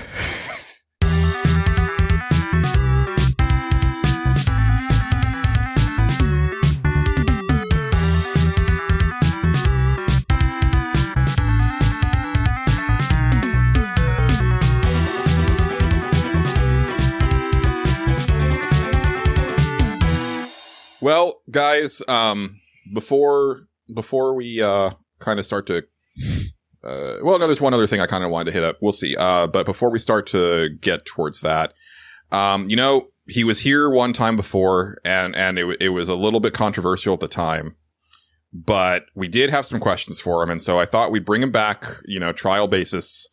So it's time for another edition of Tips and Tricks with Colt Mangum. Oh boy. Colt, I'm excited. Colt, you wanna come in? Yeah, hello. I'm Colt Mangum. Hi Colton, how you doing, buddy? I'm good. I'm good. I'm a professional gamer. I'm a life coach, and I'm really happy to be here. That's good. I'm really glad that you guys took gave me this opportunity to come back. You sound different. Well, I talked to my wife after the last thing. She was pretty mad. Okay. She said I shouldn't call everybody fucking losers because they're not as good at video games as I am. She said that the whole point of me giving people tips and tricks is to help them improve. She's also like really on me to be more like her Pilates coach. She really likes her Pilates coach a lot. She goes to Pilates that's fair. 5 days a week now. Well, that's fair. It's a lot. It's a lot of exercise. You got to keep up on it. That makes sense. I lift all the time, and right. So I like to get yoked, so I get it. Word. But she's been on to me about like trying to not shame our children for not excelling in everything that they do. Right. Which has she suggested, therapy or anything? Would you be interested in anything like that? She hasn't brought that up yet, but okay. It might be in the cards. We'll see. All right. Well, maybe that'll help. I don't know. It's hard to say. So I'd really like to take this opportunity to help some people, so help some fledgling gamers with their video games and try to help them out. Yeah. Well, okay, right. Yeah, no, that's really good, Colt. We do have some questions for you. This first one comes to us from Xavier, who says, now that COD is on Game Pass, I've been playing it the past few weeks, and I haven't settled on what gun feels like the one to use. Can you guide me towards some good choices? Thanks, Colton. Okay, first thing, it's Colt. It's not. It doesn't stand. It's not short for anything. It's just Colt. So, okay. I appreciate it if you. That's my mistake. I'm sorry. No, it's fine. I did get a little heated last time. It's okay. We all get heated every now and then. Yeah. The old heated gamer moment. What are you gonna do? Yeah, I mean, that's the thing, right? Like you get in the heat of the battle, and you get hot, right. and that's what you get those headshots, and it feels real good. And, you kind of pop off, and sometimes you say some things that you shouldn't say. Right. You take your pants off. It's the whole thing. Yeah. Twirl them around. Yeah. Spin them above your head. Spin them like a helicopter. Yeah. Well, you get North Carolinas. No, you get it. But as far as picking a weapon in COD, you really just want to go to the shooting range and kind of feel out what feels good to you, and then kind of go from there. So, just get a feel for it, play some matches. You'll eventually decide on something that feels right for you. And, right. Go with that. Is there like stats that in the game? I don't actually know. I mean, it depends on the game, but. Well, I mean, in that one particular. Well, he didn't specify. He just said COD. I mean, that's. Oh, that's true. Yeah. That's true. So I don't know which one he's actually playing, but you'll figure it out, especially with the new one coming out. Like when a new one comes out, like all bets are off. You kind of got to start from square one. So, that's true. That's true. All right, Colt. Well, this next one comes to us from Dennis in Murcia, age 37, who says, "How do I find Excalibur 2 in Final Fantasy 9?" Oh man, you just don't. It's really hard. Like, don't even try. It's not worth your time, man. It's you gotta just fly through that game. It's a waste of time. It's not even worth it. Just give it up. Just give up on it. Like the regular Excalibur is just fine. So just go with that. But how do you do it though? I forget the whole thing. You have to get to a certain point in it's like 2 hours or something like that. It's something ridiculous. Like you have to really be practically speed running it, which I'm not a speed runner. I am a professional gamer, but I don't do the speed run shit. So, I can't really speak to that. Interesting. All right. Well, sorry. This next one is for you, Colt. He says, "Hello, this is Tommy from Toledo, and I'm 10 years old. I need help taking out the top target in totally terrifying Terra tanks. Please help me, Mr. Man Guns. You're my only hope. Thank you." Man Guns, yeah. That's a good nickname. Have you ever considered that as a screen name? Okay, it's not Mam Guns, it's Man Gum. Oh. And Terrifying Terra Tanks isn't even a real game. This is a fucking troll. This is some fucking bullshit, guys. I don't really appreciate coming on here and being mocked by people. It's fucking sucks. That is rather mean of them, yeah. Yeah, I mean, they should. Yeah. Well, maybe they'll have a different perspective. This is a whole different you right now. You have the world's your oyster at this point, man. Yeah. Well, sure. Yeah, I guess. Are you sure you're not? You're not holding a lot back right now. No, I'm fine. It's fine. Is there another one? Oh yeah, we just got one last one, Colt. Okay. This one comes to us from Sydney in Sydney, age 41, and she says, "I want to get into Street Fighter. How do I do a fireball?" Okay. I mean, that's a good question. It's in the fucking tutorial, man. I don't know what to tell you. It tells you right in the fucking game how to do the fucking fireball. It's right there on the fucking screen. How do you not know this, you fucking loser? I'm sorry. I got a little heated there. I apologize. That's all right. It is in the tutorial, though. You should just look up the tutorial. Don't. Maybe if don't waste your question with something that's very easy to figure out on your own. Maybe ask me something that you could actually improve on. That's all I ask for the future. If you have me back. Oof. Well, Colton, that's a whole thing. It's Colt. God damn it. I'm sorry. I forgot. My bad. Colton, have you ever considered I'm out of here, man. Fuck you.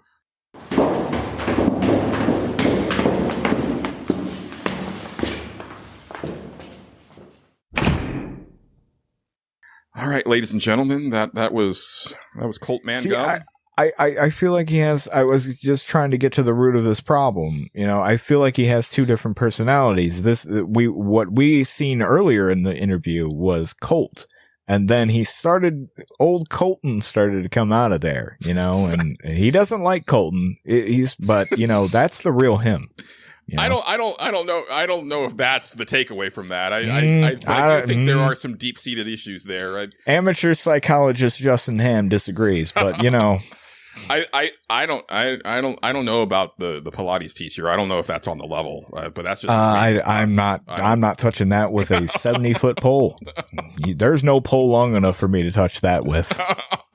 Absolutely none. No, I'm not taking. That's bait. I'm not taking it. I'm not doing it. There's no bait. There's no bait. I'm sorry. I didn't mean to. I realized what I did. I did not mean to bait you. It's just a turn of phrase, Julian. It's a turn of phrase. Anyway, I'm gonna run to the bathroom real quick. Okay. I'll a lot of bathroom breaks this episode. I told you I drank a lot. Okay? You did mention that. You did set that up at the beginning of the show. Yes, I did. Yes. Absolutely. So I'll be back. Okay. We all broke the seal, so it's never good. It's never good. I'm the birthday robot. Happy birthday, Peter. You are a lifeguard who can give us mouth-to-mouth resuscitation anytime. You have exquisite lips, and your feet are of an adequate shape. When you go swimming, we all go swimming. Happy birthday, Peter. Not saying anything. Not doing it. Interruption number 1. Happy birthday, Kelly. Your friends and family in the Sam's Club meat department hope you have a day full of happy memories and eating ham. The way you slice bologna is unmatched by any who have come before you. No cut is too thin, no slice less than perfect. You are good at your job. Happy birthday, Kelly. Interruption number 2. Happy birthday, Ryan. We here at the Covert Virginia Food City know that you are good at 2 things: having sex and making John Cougar Mellencamp mixtapes. We can't believe anyone still has a cassette player in the year 2024, but here you are. And here we are, wishing you a happy birthday. Happy birthday, Ryan. P.S. Please stop describing your penis in front of Haley. She's very close to pressing charges. I'm the birthday robot. Thank you for letting me perform my functions. Oh, for fuck's sake.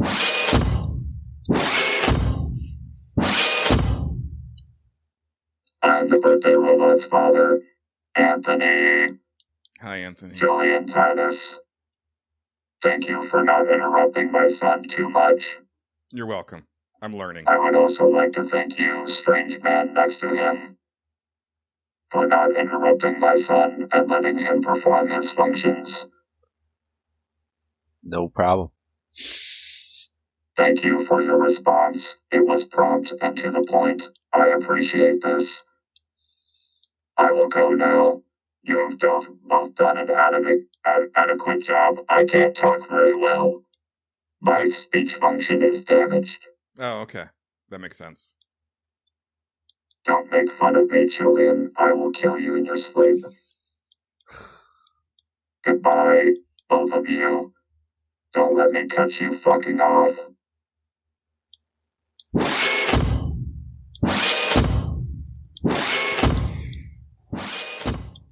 Oh, hey, how's it going, guys? Anything? Oh, no, okay, I see it. Okay. Oh, okay, yeah. So you see it this time. Okay. Well, I came back. Well, you could clearly hear that. You can't mistake the footsteps. That was Anthony. He's cool. He is decidedly not cool, Justin. He seems cool. I mean, he's always been nice to me. I don't know. Yeah, well, Westen, what was your impression of Anthony? You know, He's to the point, and I mean, direct. Direct. Exactly. That's true. You See, don't Westen know likes, what he's not hiding anything from you. Yeah, and you can only Westen likes respect him. that.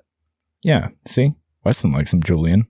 yeah, well, he hasn't been threatened with bodily harm yet by. That's true. Well, I that's didn't true. do anything dumb though, Julian. Yeah, see, that's true.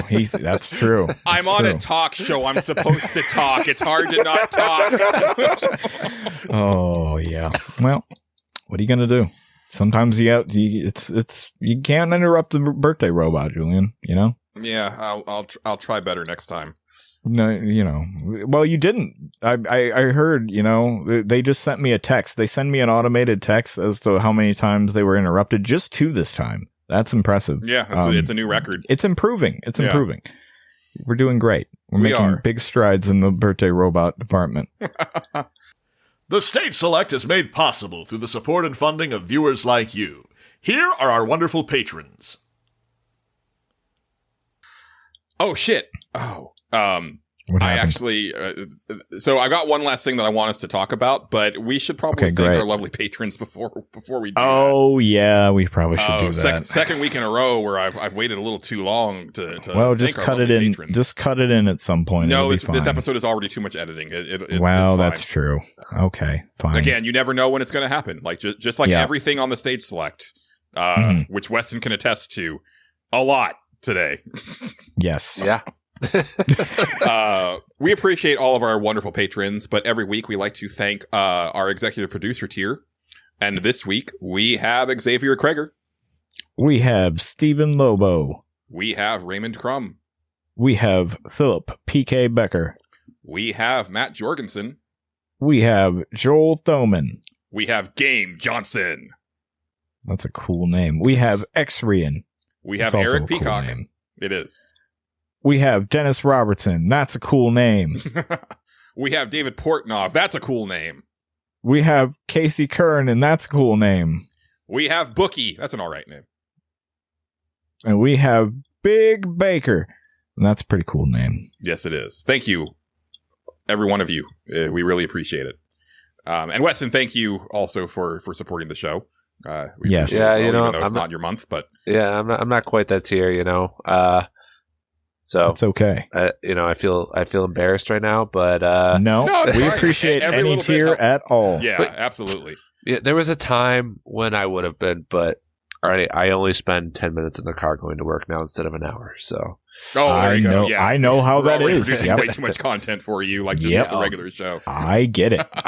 my God, I needed content. I was a content fiend in those days. I know but that feeling. The past year, my content addiction is slowly subsiding.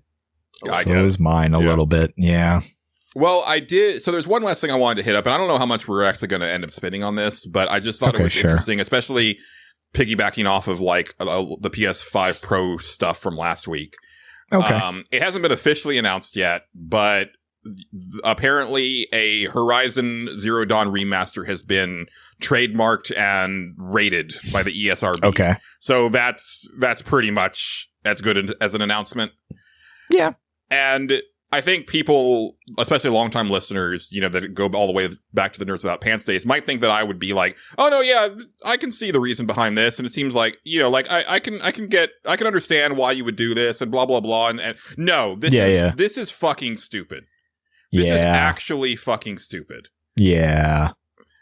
It's pretty dumb. And the reason why it's fucking stupid is because this game is already backwards compatible from PS4 to PS5 and looks and runs great. Yeah. And I think the main thing that I wanted to like kind of jump off from this with is that this is what happens when you don't have competition. Mm. So when the Xbox One X came out, that system had like kind of a system level thing where it was very easy for developers to put like a lot of the bells and whistles on their back compat games. Right. And that was just a thing that they could do. Right. Mm-hmm. And, there were a lot of games where it would be like, oh, wow, like this already just by nature of being on an Xbox One X looked and ran better. But then they could do a little bit more like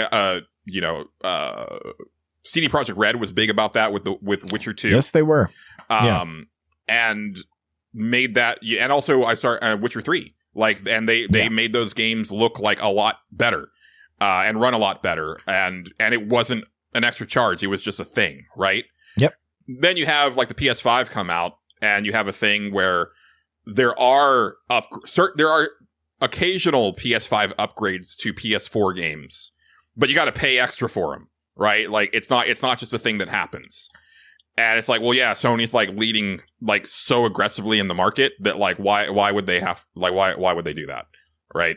And let's be clear, like if the roles were reversed, if Microsoft was way ahead of Sony, then you better believe that they wouldn't be doing what they've been doing with like their upgrade paths and stuff like that. But I do find it very interesting that we're getting back to that PS3 era version of Sony where they feel that like they can't do any wrong and like they're going to be ahead forever and we can charge an arm and a leg for everything that we produce. And it's going to be interesting the next few years because like I've been saying, it's like if Microsoft can actually capitalize on all of the studios they've acquired over the past like 5 years and those games actually start to hit and be things that people are like, oh, that man, I kind of want to get a system because of that game. Right. That could carry over into next gen where it's like, if they can undercut whatever Sony's doing, even by just like $100, things could swing the other way in a pretty fundamental way. Yeah, but it's a big if. It is. There's a lot to a lot of ifs. Yeah. Yeah. And I think Sony's kind of banking on that because so far, like Xbox just hasn't gotten there with it so far. But I mean, they have some stuff coming that's like interesting and could be big. Like the Blade game, I think is like one that I could see people being like, all right, yeah, no, I want to play that. That's a Marvel thing. People like the Marvel. It's tough to say though. Yeah. But yeah, it is like you said. Yeah, they're just kind of doing whatever they want, and sometimes they're like, "You'll pay for it, you morons." And I'm like, "No, actually, I won't." But no, okay. And that's the thing. Like, so if they want to do like an upgrade, like a PS5 upgrade to Horizon, by all means. But really, it should just be like, "Hey, we wanted to like make this game look and run a little bit better, and like here it is. And if you own the game, like you just get the upgrade, like whether it's digitally or on disc." Like, and that would probably be like a really good thing to do alongside the PS5 Pro. It's like, well, this is an old game, but here's a PS5 Pro mode that like it's been upgraded, and it's like, and you get it. You just because it would probably still move units because there's probably enough people like that game is old enough now where I could see people being like, oh, well, I actually was too young to play Horizon Zero Dawn when it came out, and now here's an excuse for me to buy it. Or they didn't get around to it because Zelda came out when it did, or reasons, right? Yeah, there's a lot of reasons people didn't play that game, Yeah, and it kind of just leads me to the things that I've been on about like kind of all year with all these major corporations, but Sony in general is like, what is the thought process there? Because like the other thing that happened this week is they announced the PlayStation 30th anniversary collection. So they're going to be doing PlayStation 1 themed versions of the PS5 Slim, the PS5 Pro, the DualSense Edge controller, and the regular DualSense controller. And I think also the charging station, maybe? I'm not sure. Maybe not. I have no idea. And like you see it, and it's like, oh, that looks really cool, and like I'm nostalgic enough for that design. I was talking about it last week with Astro Bot. Right. Like that's really cool. And it was interesting to watch the discourse. I don't know how much of this you guys saw online, but like all of a sudden people were like, wait, I kind of want that. But if I'm going to buy like a limited edition PlayStation 5, I may as well just go ahead and buy a PS5 Pro. Cause like, I'm going to like, if I'm in the market for that anyway, like, then why not? Right. Right. And there was like, it like turned it around. It was like literally like last week, we don't want that. This week, oh wait, we do want that. But the kicker is that they're only making 12,300 units of it. So like nobody's getting this system. Well, 12,300 people are. Yeah. And like 9,000 of those are going to be scalpers. Yeah, probably. If not the whole 12,000. Yeah. And even the controllers and like the PS5 Slim version are like retailers are already saying like we're going to have very limited quantities. And it's like, why? This is clearly something that people would want, right? And it's something that you should probably just like produce for like the next year straight and then have the cutoff, right? Like this should just be something that's readily available for people who want it. And then eventually you'll sell through them and then that's it. And I don't understand this concept of like, well, we can make money off of this, but we don't want to make that much money off of it. So, we're just going to sell it for to as few people as possible. And it's like, why? It's just like, well, because, fuck them. Fuck them. Yeah. I had my finger on the button. It was good. That's kind of what I had. I don't know, thoughts. Like I thought that might lead to something, but yeah, I don't know. Sony be doing weird shit. I mean, it's kind of. I really got nothing more than that, man. Yeah, the limited supply. That's weird. I mean, the Horizon thing. Like, I'm a big blame the consumer guy. I don't know. Like everybody wants to rail against corporations, and look, they're dumb. But like, shit, man, people are dumb too.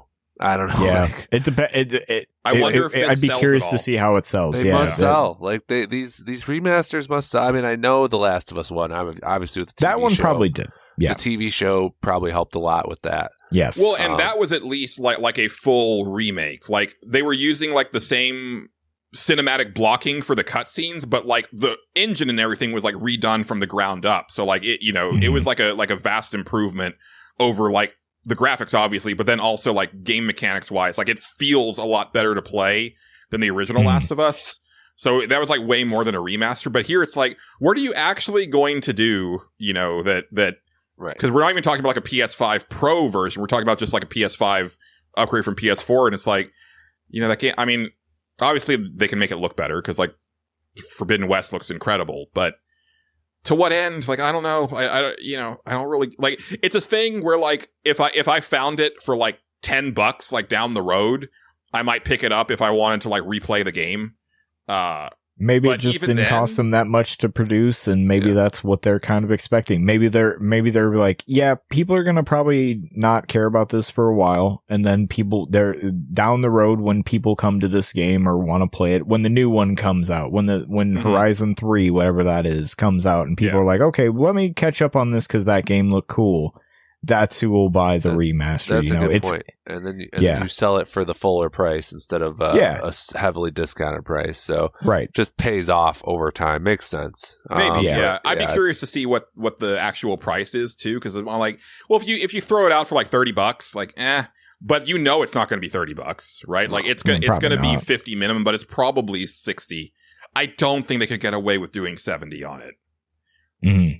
But crazier things have happened. I keep forgetting. I've been looking at a lot of PlayStation games on Steam as of late, and I keep thinking they're like actually cheaper a lot of the time on there.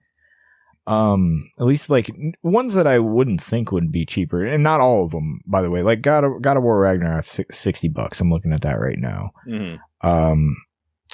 I don't remember what it was when it came out. I think it was 60. Let's see. Because this has some other stuff.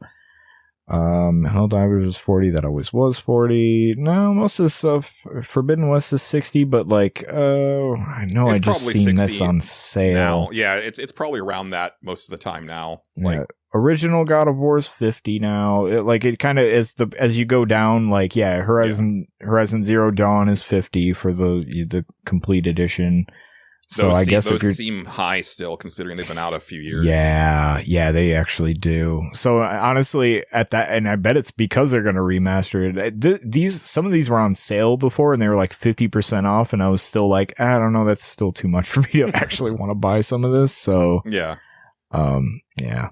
And and there's like a collector in me that's like, well, sometimes I like the idea of like having the same thing, like the series on the same console, right? Like so I am that moron who, and I've been wanting them to do this, but it's clear that they won't because of, so if they would re-release all of the Yakuza games under the Like a Dragon titles for PS5, like physically, I would buy that shit because I would like to have them all on one shelf, on one console, like in order, like, because like, as it is now, it's like, well, one, I've got like games on PS4 and PS5, but also it's like Yakuza, and then all of a sudden it's Like a Dragon, right? And there's, so like, that's annoying for me as like a former game retailer who puts everything in ABC order.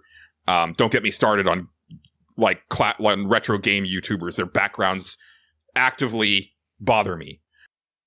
It drives me nuts right now that on my Steam list that I made a specific little category, nice and neat, for the Like a Dragon Yakuza series, and it goes 0, 3, 4, 5, 6, because Kiwami and Kiwami 2 have different fucking numbers. Or there's one's Kiwami, one's Kiwami 2, so they don't actually go in that order. They don't sort that way. Yeah, right. It bothers me. No, yeah, I get it. And so they announced that they're releasing Yakuza Kiwami for the Switch, but it's called Yakuza Kiwami. Like, they didn't take the opportunity to call it Like a Dragon Kiwami. And it's like, I feel like that was like the perfect opportunity to do that, right? Like, yeah, but at the same time, I guess they can keep both brands. I don't know. I found that interesting with the Majima game, right? Because it's Like a Dragon, Yakuza pirate in Hawaii. So it's like, you're trying to, okay, this is getting a little more confusing. Yeah, I feel kind like of love how dumb it is. wouldn't it just make sense for Like a Dragon to be the turn-based games and then Yakuza to be the action? I mean, but yeah, that's not how it's going. It would, but my thing is that in Japan they were always Like a Dragon, They like were from the always beginning. called that. Yeah. So it feels like this was a good time to go ahead and like do that across the board. So they're, sort of like when Sony made that like kind of ballsy decision back in 1997 to publish Final Fantasy VII, not Final Fantasy IV, right? Like Right. that was very much like a publishing decision on their end. And, that really fundamentally changed like kind of everything, right? Yes, it did. And then, like a few years later, it's like you've got Capcom releasing Onimusha with the same title, in both regions. And it's like, okay, we're just here now. But now, every now and then you still have a situation like the Yakuza series where, they're different names in different regions and it's, it's a little confusing, but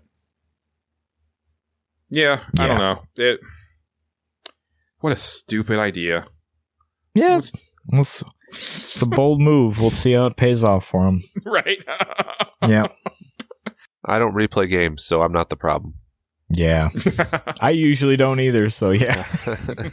But I do have a bad collection habit of, not so much on consoles now, but like re-getting things on Steam has been a thing that I've been doing recently, but only like wish listing them and then waiting to see when they go heavily on sale. Like if I already own it anyway. Yeah. Like that's, eventually I will buy the PS5 version of The Last of Us Part 2, mainly because I like the idea of having Part 1 and Part 2 next to each other on the shelf. Right. But I'm waiting until that is a deep Black Friday discount. Cause that's what I keep doing. Yeah. I think the last sale that I pounced on was Capcom had some kind of sale on there, and I was like, oh, these Mega Man games are like 70, the collections or whatever were like 70% off, and I was like, you know what, why not? It makes them like $5. I was like, sure, why not? $20 for all the Mega Man games, sure, why not? Yeah, I'll do it. Shit like that. Anyway. Well, I think that's all I've got. We have questions, comments, and concerns, but I actually think I'll save them for next episode. Yeah, we had a lot of fun tonight. I think we've had enough fun. I think Westen is funned out. Yeah, a little too much. We're all funned out. It happens. Too much fun. But Westen, that's right. It's been a pleasure. Really, really glad to have you back on. Yeah, man. Hope you had a good time. Yeah, it was a great time, guys. I appreciate it. It's always good to talk about video games and not just to my computer screen, but to actually talk about them. Right. So I know the feeling. It was a good time, and said I definitely would love to be back for Game of the Year season. I will endure some hijinks to talk about Game of the Year stuff. Okay. All right. Endure. Duly noted. Endure Duly being noted. a keyword, but it's there.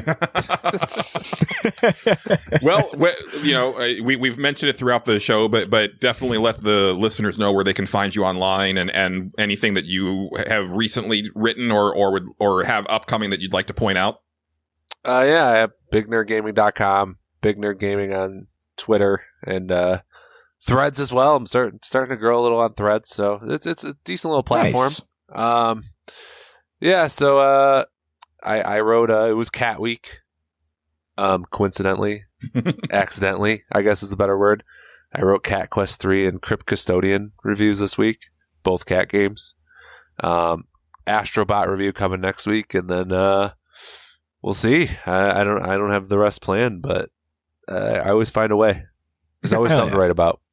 Awesome. Well, Justin, where can they find you? You can find me on Tyrone Swift, the twitch.tv/Tyrone Swift, Tyrone_Swift, on Twitch. Oh boy, I'm fucking this all up. Oh, I'm tired too. My brain is dead. I don't know why. Okay, let me start all the way over. Twitch.tv/Tyrone Swift is where I stream games on Saturdays. You can watch me play the Star Trek Resurgence. I'm hopefully going to finish it. I actually am heavily anticipating playing it again because I was actually really liking it. Twitch, that's Twitch. Tyrone_Swift on the other thing, Twitter. That's it. It's the TWs that are fucking with me here. I see that. Yeah, that's exactly what happened there. Twitter, X, whatever the fuck. And Tyrone Swift TV on YouTube.com is where you can find all the old streams, unedited, live and raw and in your face. Whoa. Yeah, it's intense. You can find me on Twitter at Julian_Titus. The show is at Stage Select Pod. If you want to send us questions, comments, and concerns, or any questions for Sherwin Williams or Colt Mangum or the Birthday Robot, you can hit us up via email. Our email is thestageselectpod@gmail.com. You can DM us on Twitter at stageselectpod. You can comment on our YouTube page, or if you're a patron, you can comment on our Patreon posts, or you can get on our Discord, join the Discord. It is a lot of fun, a lot of cool people in there that have very interesting things to say. It's a pretty chill environment. Come, don't be shy. It's nice in there. But there are channels for all of those places in our Discord. Yeah, check out the YouTube page. That I'm trying to put up more videos and video reviews and other things. I didn't get around to clipping out more stuff from last episode just because the week got away from me. But once I get back from vacation, I'll be doing more of that. Thanks as always to the wonderful Megan McDuffie for our theme song and interstitial tracks. Thanks to friend of the show, John Gholson, for being our announcer and our logo and artwork. But that is going to do it for this edition of the Stage Select. For myself, wait, no, that's not it. That's the old Nerds Without Pants sign off. That's the old one, shit. yeah. Why do I keep trying to do that? It. I've been Julian Titus. He's been Justin Ham. Special thanks to Westen from Big Nerd Gaming. We've been the Stage Select, signing off. Uh-huh.